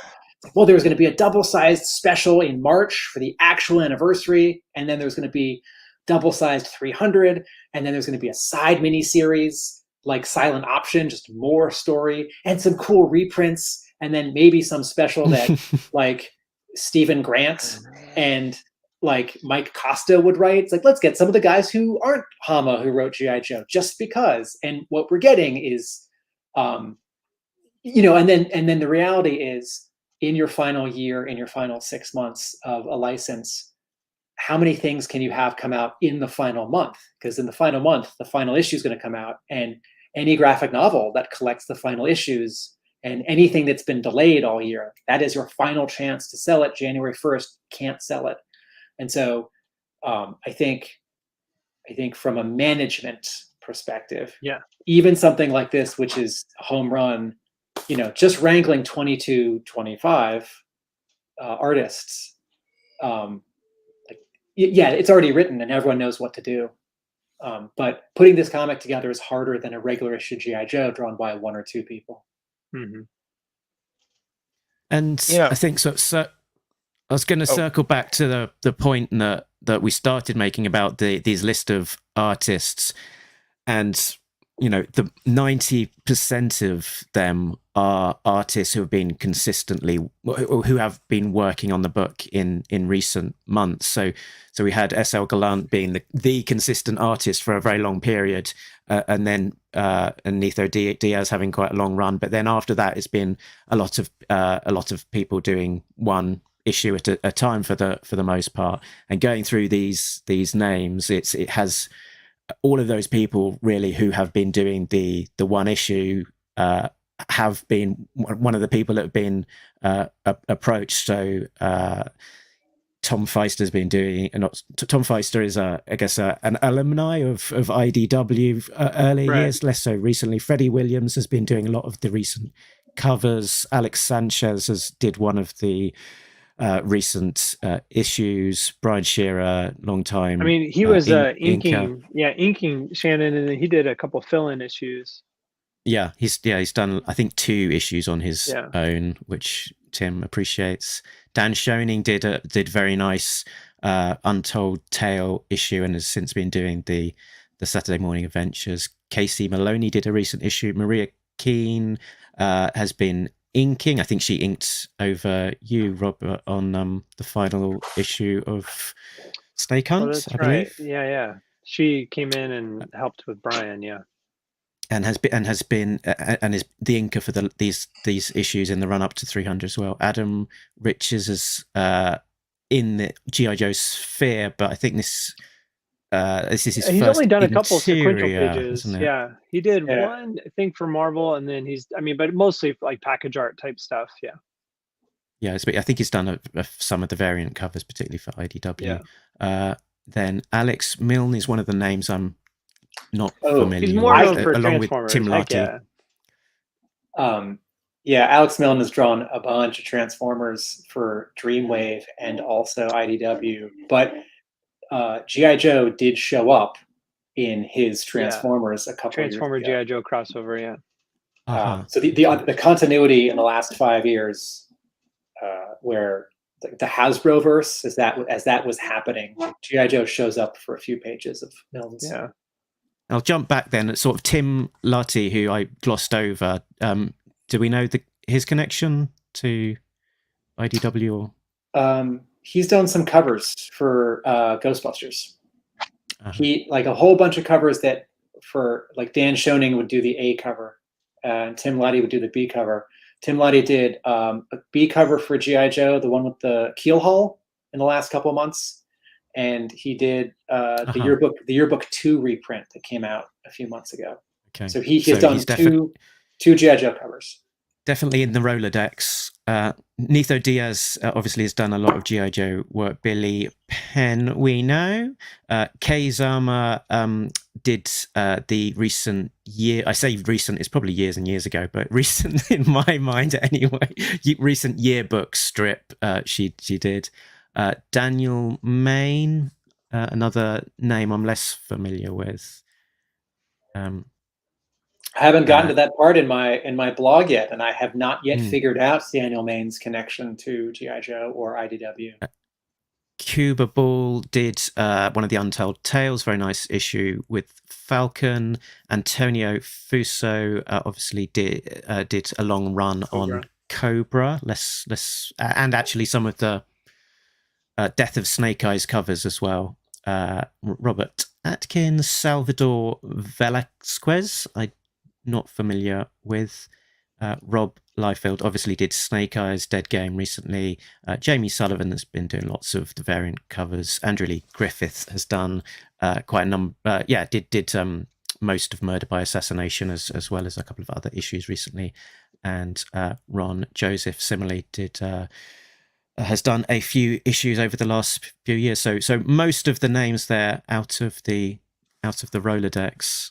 Sorry, Billy, you were going to make a point before then I started jumping over the top of you. I don't remember what it was. No.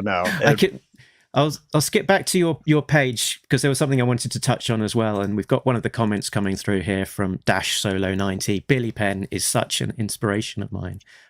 There we go. You've got a fan out there. Dash Solo, you too can draw a G.I. Joe cover at your kid's soccer game. Am I remembering this right? That is my kid. I think he's streaming this in the living room. Ignore Dash Solo 90. Okay. Unless he means that. Do you mean that, Dash? No. He speaks a lot of truth. I love G.I. Joe.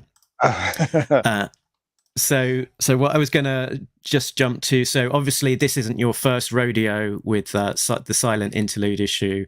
You did a sort of stop motion recreation of it, which we went into with Dash Solo and the whole clan. And we went into a detail on it on a previous episode. And what I've got here is my very rough and ready approximation of your new page recycling. That's the page I should have sent in. Yeah. Video. So I'll just let that sing. That piece of I like the inclusion of a panel there in the middle. Destro inspects at the window. Actually, Billy, if you had taken Mark's composite here, opened it in Photoshop,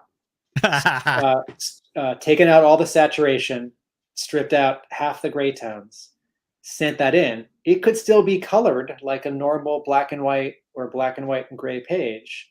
Maybe it would have made it in. Maybe that would be interesting. That would be interesting. And then you could have been that experimental guy that you were talking about before. They'd have been like, who is this? And everybody would have lit up the boards. We thought this guy was going to draw it normal, like the issue he drew. Right. I wonder, so do the three of you remember Wednesday Comics, which was a 12-issue experiment from DC? Yeah.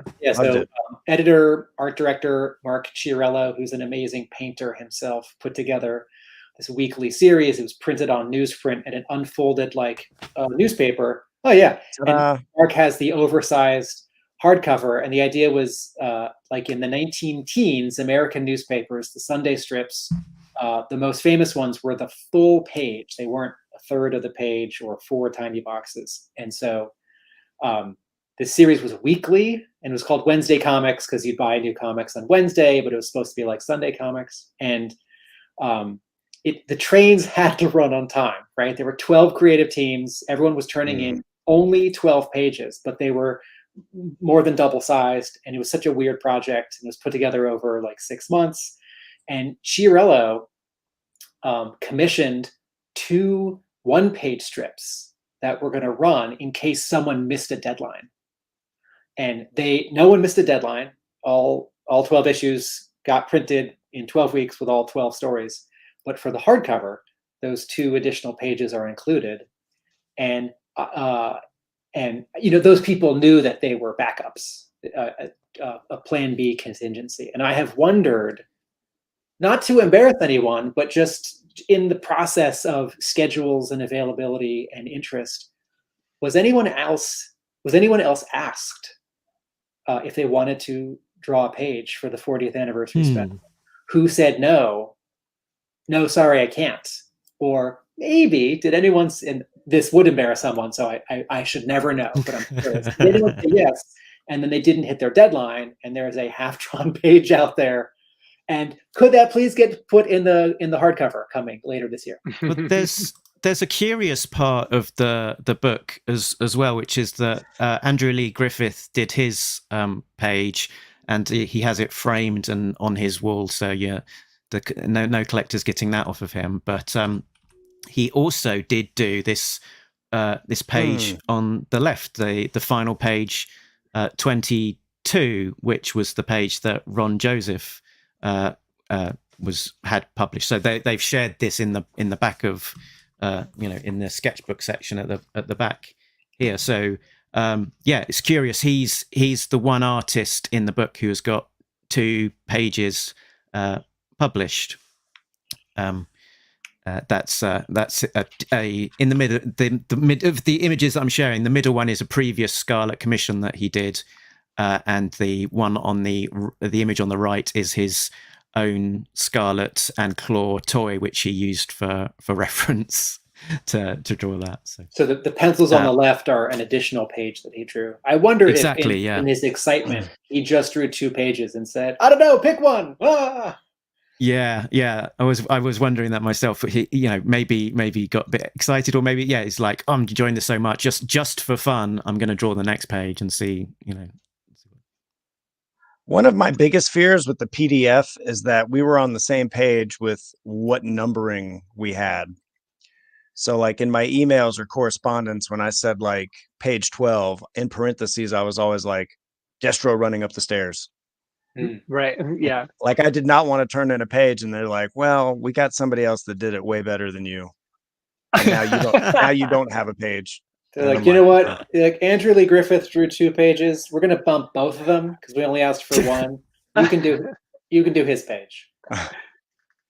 I was the same way. I described mine as the Grenade Indiana Jones page. I did the same thing, exactly the same thing. Okay. All right, I finally found the idea that manages to mix the sales potential that Robert was talking about before with the 90s and modern cynicism of comics that I find so fascinating and upsetting. I know we're all used to now for some big deal issues, first issues, like actually 10 or 15 variant covers, like every 2 years when Marvel does a new Spider-Man #1, like I'm not exaggerating, there will be 15 variant covers, and this is separate from convention or store exclusives. The first time that I was shocked by how many variant covers a comic book had was when Gen 13 launched its ongoing series after the miniseries wrapped up. And this was, I think, a surprise. I think when it, at least for the reader, when it debuted, I got to the store and my store owner said, "Oh, there are 13 covers." And you think 13 covers is a lot in 2022. It was egregious in 1995, right? Now, the good news is that 2 of them were sort of dumb, but the rest of them are like amazing, right? They're all wonderful, fun, crazy, sexy drawings, right? It's what you expect from Gen 13. You won't be surprised to know that I got the Michael Golden one. And so here's what could have happened. 22 variant covers, each drawn by the artists drawing the issue. Everyone doing their take on this pose, including Shannon Gallen. You're welcome. It's funny you mentioned Gen But here- 13 because that was the pre-internet era. So all the kids listening out there, like my buddy Chuck and I, he had his driver's license by then. We went to like the 4 stores in Tallahassee just to say, which one do you have? Like you would literally drive from store to store to see, oh, you got the Blue Line cover, or oh, like now you just Google it and in 2 seconds you can see all 13. But it is so weird to think that we had to drive around town, or you like had we to, knew they existed, we just didn't know what they looked like. or you had to wait until you got some mail order catalog for that had back issues. It's like, oh, they're listing ones by Jason Pearson. What does that look like? Right. I think the zine published all of them. Right. The Okay. Gen 13 zine. Right. There's a new hardcover which has the miniseries and the first issues of the regular series starting over, and that has all of the variants. Okay. That's cool. Have you? All right. So we've talked about with the two of you your approach to your pages. Did you at all think about the cover, sort of a what if scenario, or when Hama posted his pencils, did that get any gears turning? Because the cover is so much of the iconic nature of the issue. I mean, the original cover, that is. No, I mean, no. They just approached me about the page, and that was all I could fit in schedule wise anyway. It's not like I was like, hey, so you got somebody lined up for that cover? You know, I wasn't like, you know, trying to get that too, you know, or anything like that. I didn't know if they had planned to do variants. It actually honestly didn't cross my mind until after I saw it come out. I was like, oh, I'm surprised there aren't any variants, just because they had been doing that. And because honestly, IDW, their typical business model is at least 2 to 3 variants. They do an A and B. They usually have a retailer incentive. I mean, so I was just surprised that there wasn't, but that's all the thought I honestly put into it. So, I mean, that was it for me. I think when Larry put that sketch up on Facebook, I think my brain automatically went to, oh, they're going to have different people ink this and different people color this. Like that would be the variant. And then when I think he posted like Lealoa inked it, and he's like, this is the first time we've worked together, like on the cover. I was like, oh, well, that's a neat little tidbit or nugget. Like they didn't do the cover together, but they did pages 1 through 22 together. Mm-hmm. Maybe so I thought that was a neat full circle. Maybe since it would be impossible for an art collector to own all 22 pages, since some are digital, some are already sold. Maybe the trick is some enterprising art collector needs to commission all 22 of you to each draw your take on this cover as originals, not digital, and then buy them. Like an NFT. The whole issue could be an NFT. Because there was that art collector who commissioned a bunch of artists to do an entire issue of the Dark Knight, the Frank Miller book, and so he went out to all of the the big hot names. Struggling to remember who they all were, but a lot of the sort of the big names of today, like Jock and all these kind of guys. Everyone drew one page. Everyone drew one page. Yeah, it's a fascinating project. Would say try and do a Google and seek it out. I was trying to do a Google myself to try and see, because I think Billy, you have done a version of this cover, right? But with Tom Waltz's. I was like, no, I didn't. But yes, I did. I did add Tom Waltz to the cover as like my own business card for him. Is he hanging on the back of Snake Eyes the way that Mary Jane would be hanging on the back of Spider-Man as he's swinging? It's actually the original cover. You just added Tom Waltz. That would be awesome. No. It is Tom Waltz, but he's got a proton pack instead of an Uzi. And there's a little Ninja Turtle yelling in the corner. Now, like G.I. Joe. Now, wouldn't if Tom is holding onto a rope, doesn't a proton pack take 2 hands to operate? Not if you're Tom Waltz. Yeah, there you And not if you're just shooting Yes. wildly across, Um, unresponsibly across the cityscape. There will be no streams crossed. well, Yeah. certainly, you probably can't say yes if the answer is yes. So I won't ask if we might see any more G.I. Joe contributions from you in an official capacity this year. But I will say, I would love to see more G.I. Joe work from both of you in an official capacity this year or beyond. And oh, there it is. That's awesome. Yeah, that's some good cartooning. So The most good. unusual calling card ever. Do the two of you maybe sort of a wrap up thought or a beginning to wrap up thought might be. Well, real quick on your previous question. Oh yeah. I don't know for IDW, to be honest. If they wanted me to do a cover or something like that, I probably could. I don't know if I could even fit in anything in for interiors. I mean, I was able to do this one page. That was great. The amount of stuff that I'm doing right now for Renegade on the board game side and on the role-playing games like that, I've been swamped for a year and a half because I'm doing so much with them, which is great and I love it. And they are putting out so much content; it is mind-boggling, and it's been phenomenal. I've really really loved it. They're putting so many resources into just building up this world and this just the gaming environment for Joe, which is phenomenal. They'll be putting out, from what I understand, like 2 expansion decks a year for their deck building game. They'll be putting out at least an expansion per year for their board game, and then they'll be doing I've already worked on 2 or 3 expansions for the role-playing game, like adventures.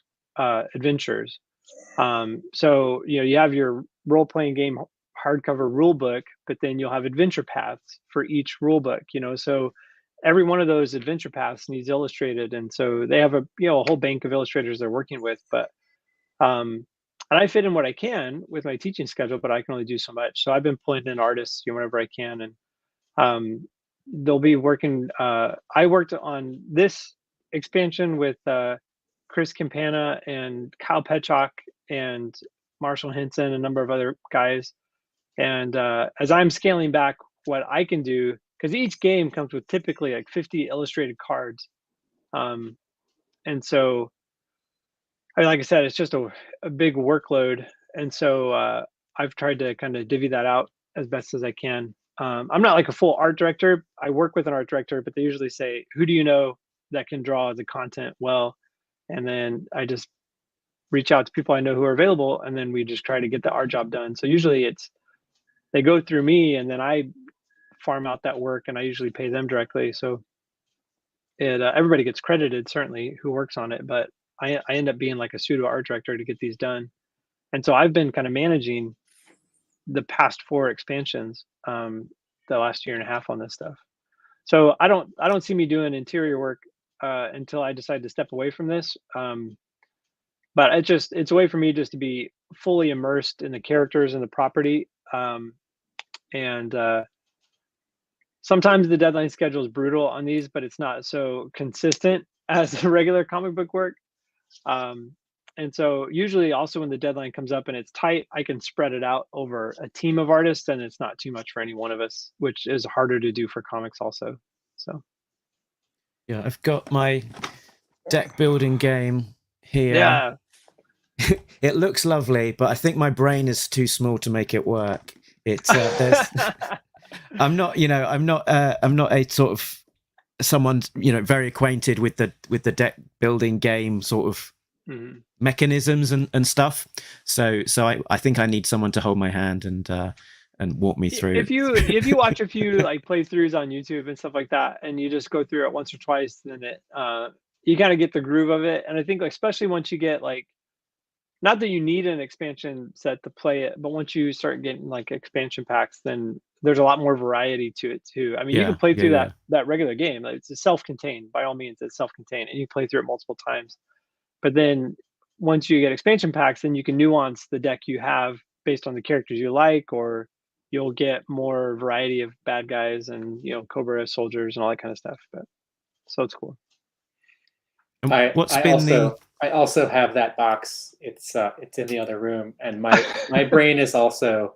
I have never played card games, deck building games like that.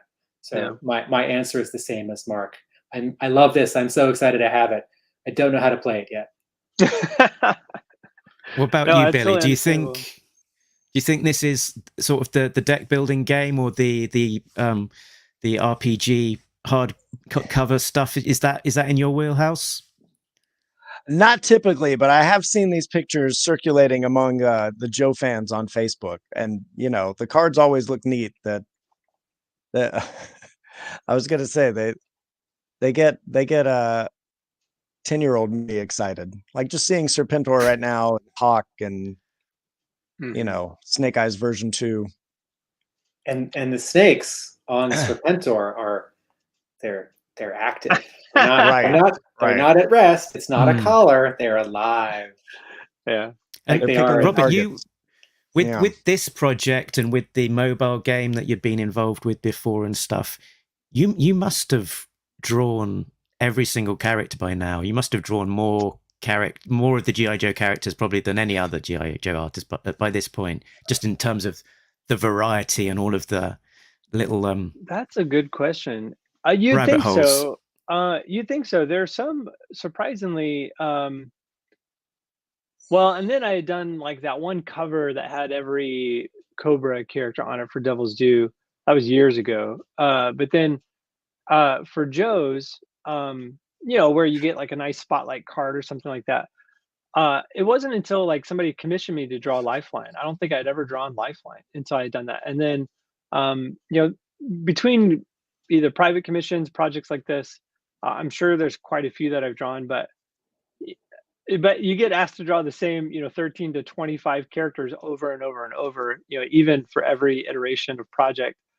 So one thing I do like about this project is they are branching out, and it's not just the current modern version. It's also not just the classic version. Like they're dipping into you know, just different versions all through the 90s, 2000s, and you know, 2010s. Like they'll have us very specifically reference like every iteration that Joe's had, which I appreciate. I think it's cool because there's, you know, there's fans of each version that's come out. So cool. And then Billy, since last time we talked, we had this one is yours, isn't it? This, or did I pull the wrong cover? This is this is you, right? That is me. Right. I just had had a moment of fear of like, have I just put on the wrong issue? Because yeah. So yeah, very cool. Be Kind Rewind, retro video, Saturday Morning Adventures cover.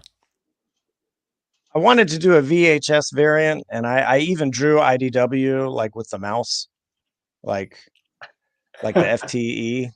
What is it? FHE. FHE, Family Home Entertainment. Yeah, but I don't think they went with that. But how did you get the shrink wrap highlights on the top? that's so cool. I think I just typed in like a VHS cassette tape on. I looked for like the highest res one I could find, maybe on eBay, and then photoshopped it in. Right. It's not as. I think what I should have done is printed it out myself and then stuck it in a white case and then photoed that case and then sent the photo so it looked. Billy, I think you should have spent more time on this. Right. I don't think you spent enough time on this cover. I'm my own worst enemy for sure. do the two of you have thoughts about the anniversary, about the IDW wrapping up its affiliation with the brand in 2022? I think, it was interesting because I was working with Devil's Due when similar thing happened with them. And I was really good friends with the editor, Michael Sullivan. So I kind of had his thoughts about it behind the scenes when he was editing there. We went to school together, me and Mike. We were both students at SCAD. And then he graduated 6 months before me. He became an editor at Devil's Due. So that was my connection there. How I started working there is he hired me. And then, so about 6 months before they lost the license and it was announced, I kind of heard about kind of just in general, they were bummed about losing it, and had to kind of roll with it, over with that company. And then when it transitioned over to IDW, I kind of luckily got that gig over there and was still associated with the property, and was with that initial push back in 2008, 2009. And I think it's had its own roller coaster over there with IDW, where they've had different times where I felt like they had a solid handle on how they wanted to go forward with it and with direction of story, and then times where it's honestly, I think it's floundered because they just weren't sure what the readership wanted. Different, and I think the editorial staff has shifted quite a bit, and it's not like IDW's fault or anything like that. Like literally, their editorial staff moved on, new editorial staff came in, and then they had to decide, well, what are we going to do with this property now? And whenever you have a transitory staff, then you have new ideas, and new ideas want to go in a new direction. The readership hasn't changed, the property doesn't change, but a new editorial staff will have a different voice, and so that I think created a few bumps in the road, for a lot of things. And so I don't know. And then IDW as a business model, they run their business a certain way. And so I've always enjoyed working with IDW. They pay on time. They're always very nice to work with. And they keep a good schedule. At the same time, I mean, they don't pay royalties. They keep a certain page rate, which is pseudo competitive. It's not the best, it's not the worst, and I would keep working with them. I don't have anything against them by any means. I would always continue to work with them. But so I think it moving on to another publisher isn't a bad thing. I think that they've, as a overview, looking back, because I was with them when they launched. I mean, I was the artist that was with the launch. So I've seen it through its entirety. And I would say that they've done a good job with the property. Bringing back the original series was brilliant, and I'm glad that they've done that. And reprinting as much content as they've printed, it's always been of the highest quality of printing. You know what I mean? They've never shortchanged that in any way. If there was anything that I would have loved to have seen change, was just a bit more consistency in the storytelling and a bit more kind of development of this kind of IDW verse, so let A Real American Hero do its thing and keep that on its steady tracks. And that's one thing that I would laud them on, and just say that, like, they've done a great job of just letting Larry Hama do his thing. But the IDW version of it, I just wish there was a bit more consistency and a bit more willingness to do maybe like one-shot graphic novels, just like let a creative team come in and tell their Joe story.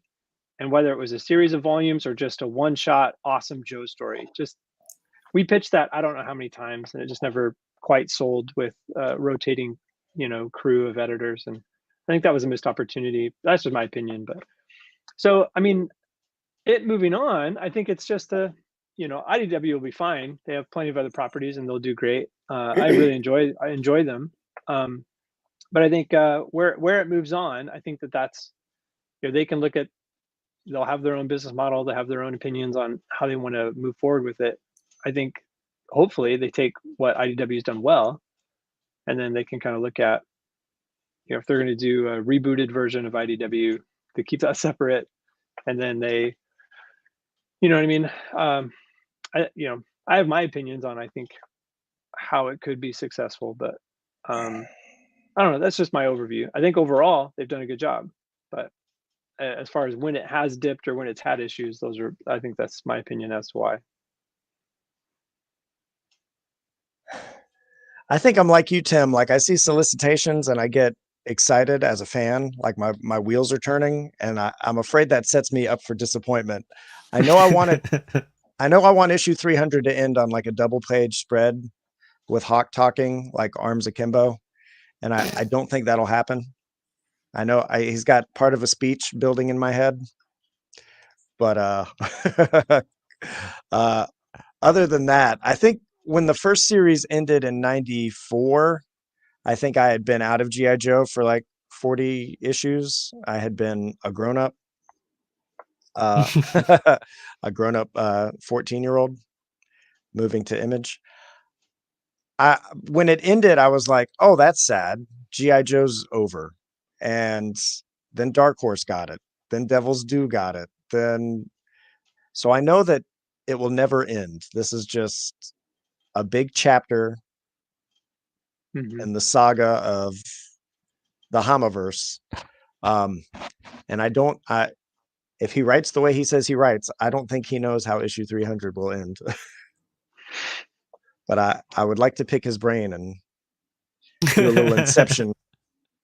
It'd be cool if it ended but I don't know. Do you have a final page in mind? Is that a question to Tim? To anybody. To Larry? Or to... Dash Solo.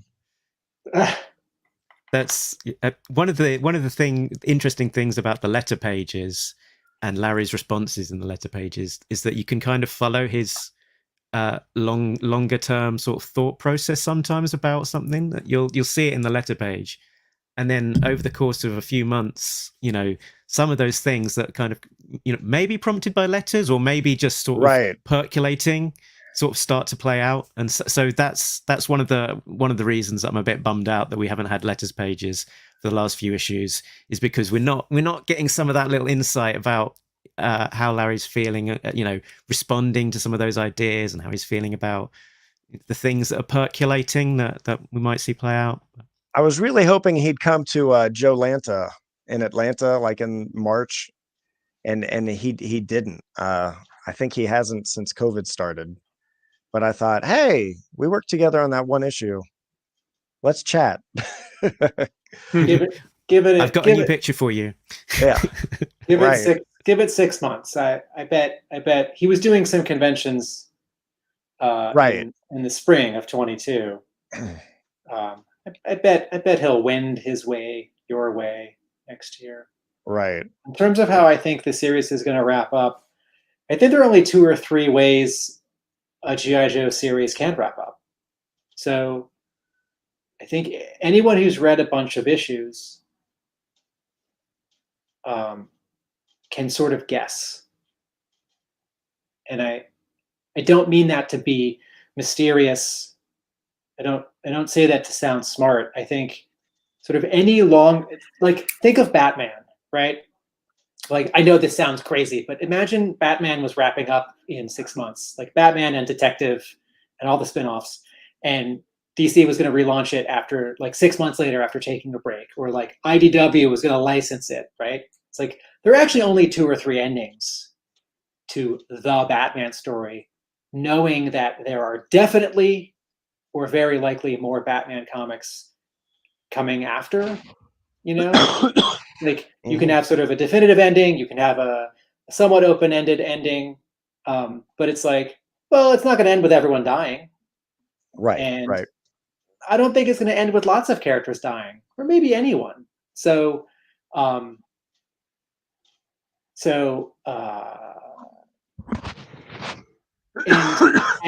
almost every ongoing series that ends, some things get wrapped up and some things don't. It's like the analog is Nth Man, which was gonna run 24 issues until it wasn't, and so Hama wrapped up everything he could. He wrapped up all the main stuff, but everything got truncated.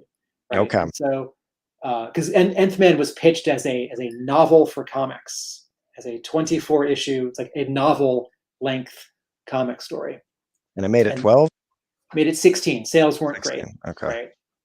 And so, you know, there were, I don't know, 10 issues left or 6 issues left when the like call was made. So, you know, it's like, I remember, was it the 3rd to last episode of Lost? Someone gets on a plane. One of the main characters gets on a plane and they say, I'm going to the island. I'm not giving anything away if you haven't watched Lost. They say, I'm going to the island. And I thought, cool, this person's going to the island, going back to the island. And on the plane are 3 other people, actually including an actor who was in G.I. Joe Rise of Cobra. And I said, hey, it's the guy who plays Breaker in G.I. Joe Rise of Cobra. And the like main guy is like, oh, what are you doing? He's like, I'm on this plane. I'm like, wait, why are you talking? Don't introduce a new character 2 weeks before the finale. Like, cut back to the island and show me how everyone's doing, right? And then this character talks to the other 2 people on the plane, and I thought, there's no time. There's no time for this. It's like, did someone tell this writer that there were 6 more episodes? There are 2. Gosh, yeah. Okay. I don't know. I mean, I know Larry. I mean, he's always stood by the way that he writes. As much as he says he doesn't plan ahead. I mean, he's got to have. You can only write that way so much. You know what I mean? You have to have a general idea. You know, obviously Right. to have some kind of context or outline. I understand not writing out a very specific outline, but you have to have a plan. You know how many issues you have left. You have a general arc that you have to build, even if it doesn't pace out exactly the way you expect, or everything doesn't fall into place the way you expect. But I would guess he has a general ending in mind, even if this last arc kind of wraps in a slightly different way, or if it doesn't pace out exactly the way he planned. I would guess it's fluid like that, but he does have an idea, I would assume. Yeah, an idea in mind, but getting there, or even the destination, might change as you progress through it. But you know, finding your way. Cool. Oh, a couple of comments come in. So getting ready. Thanks for mentioning. Cover up my arms. Oh. Thanks for mentioning the letters pages. I miss them too. Yeah. Yeah, we've been yammering on for a little while, and I'm sure you've got things to get on with in your day. So thanks so much for joining us and spending the time and finding out more about the process for this very special issue. And yeah, hopefully you enjoyed the conversation too. So, Robert, where can people go to if they want to find you, and what things should they be checking out at the moment? Yeah, just Robert Atkins art on all my kind of social media, Twitter, Instagram, Facebook, and generally, again, like I said, I've been working with Renegade Game Studios on their board games, deck building games, and role playing games. I'm working on a few other projects, and on Elders of the Runestone is a co-created comic book I have with the volume 1 came out this last December. We're just running a couple small Kickstarters for just kind of merchandise and supplementary things, and then we'll have volume 2 come out this next year. And which at this point I'm more of like an art director role, and just kind of helping with that project. And then this summer going to Joe Fest, which I'm really excited about. We'll be in Augusta again, and I'll probably be doing a lot more conventions this year, just through SCAD, which I teach at Savannah College of Art and Design. So I kind of represent the department when I go to a lot of conventions. So I'll be at C2E2 in August, at Dragon Con in Atlanta in September, and probably New York Comic Con in October. So I'll be doing those. And Billy, if people search really hard, they can find your blog online. Billy Penn's plot developments, which I haven't updated since January, but now I'm going to have to. Yeah.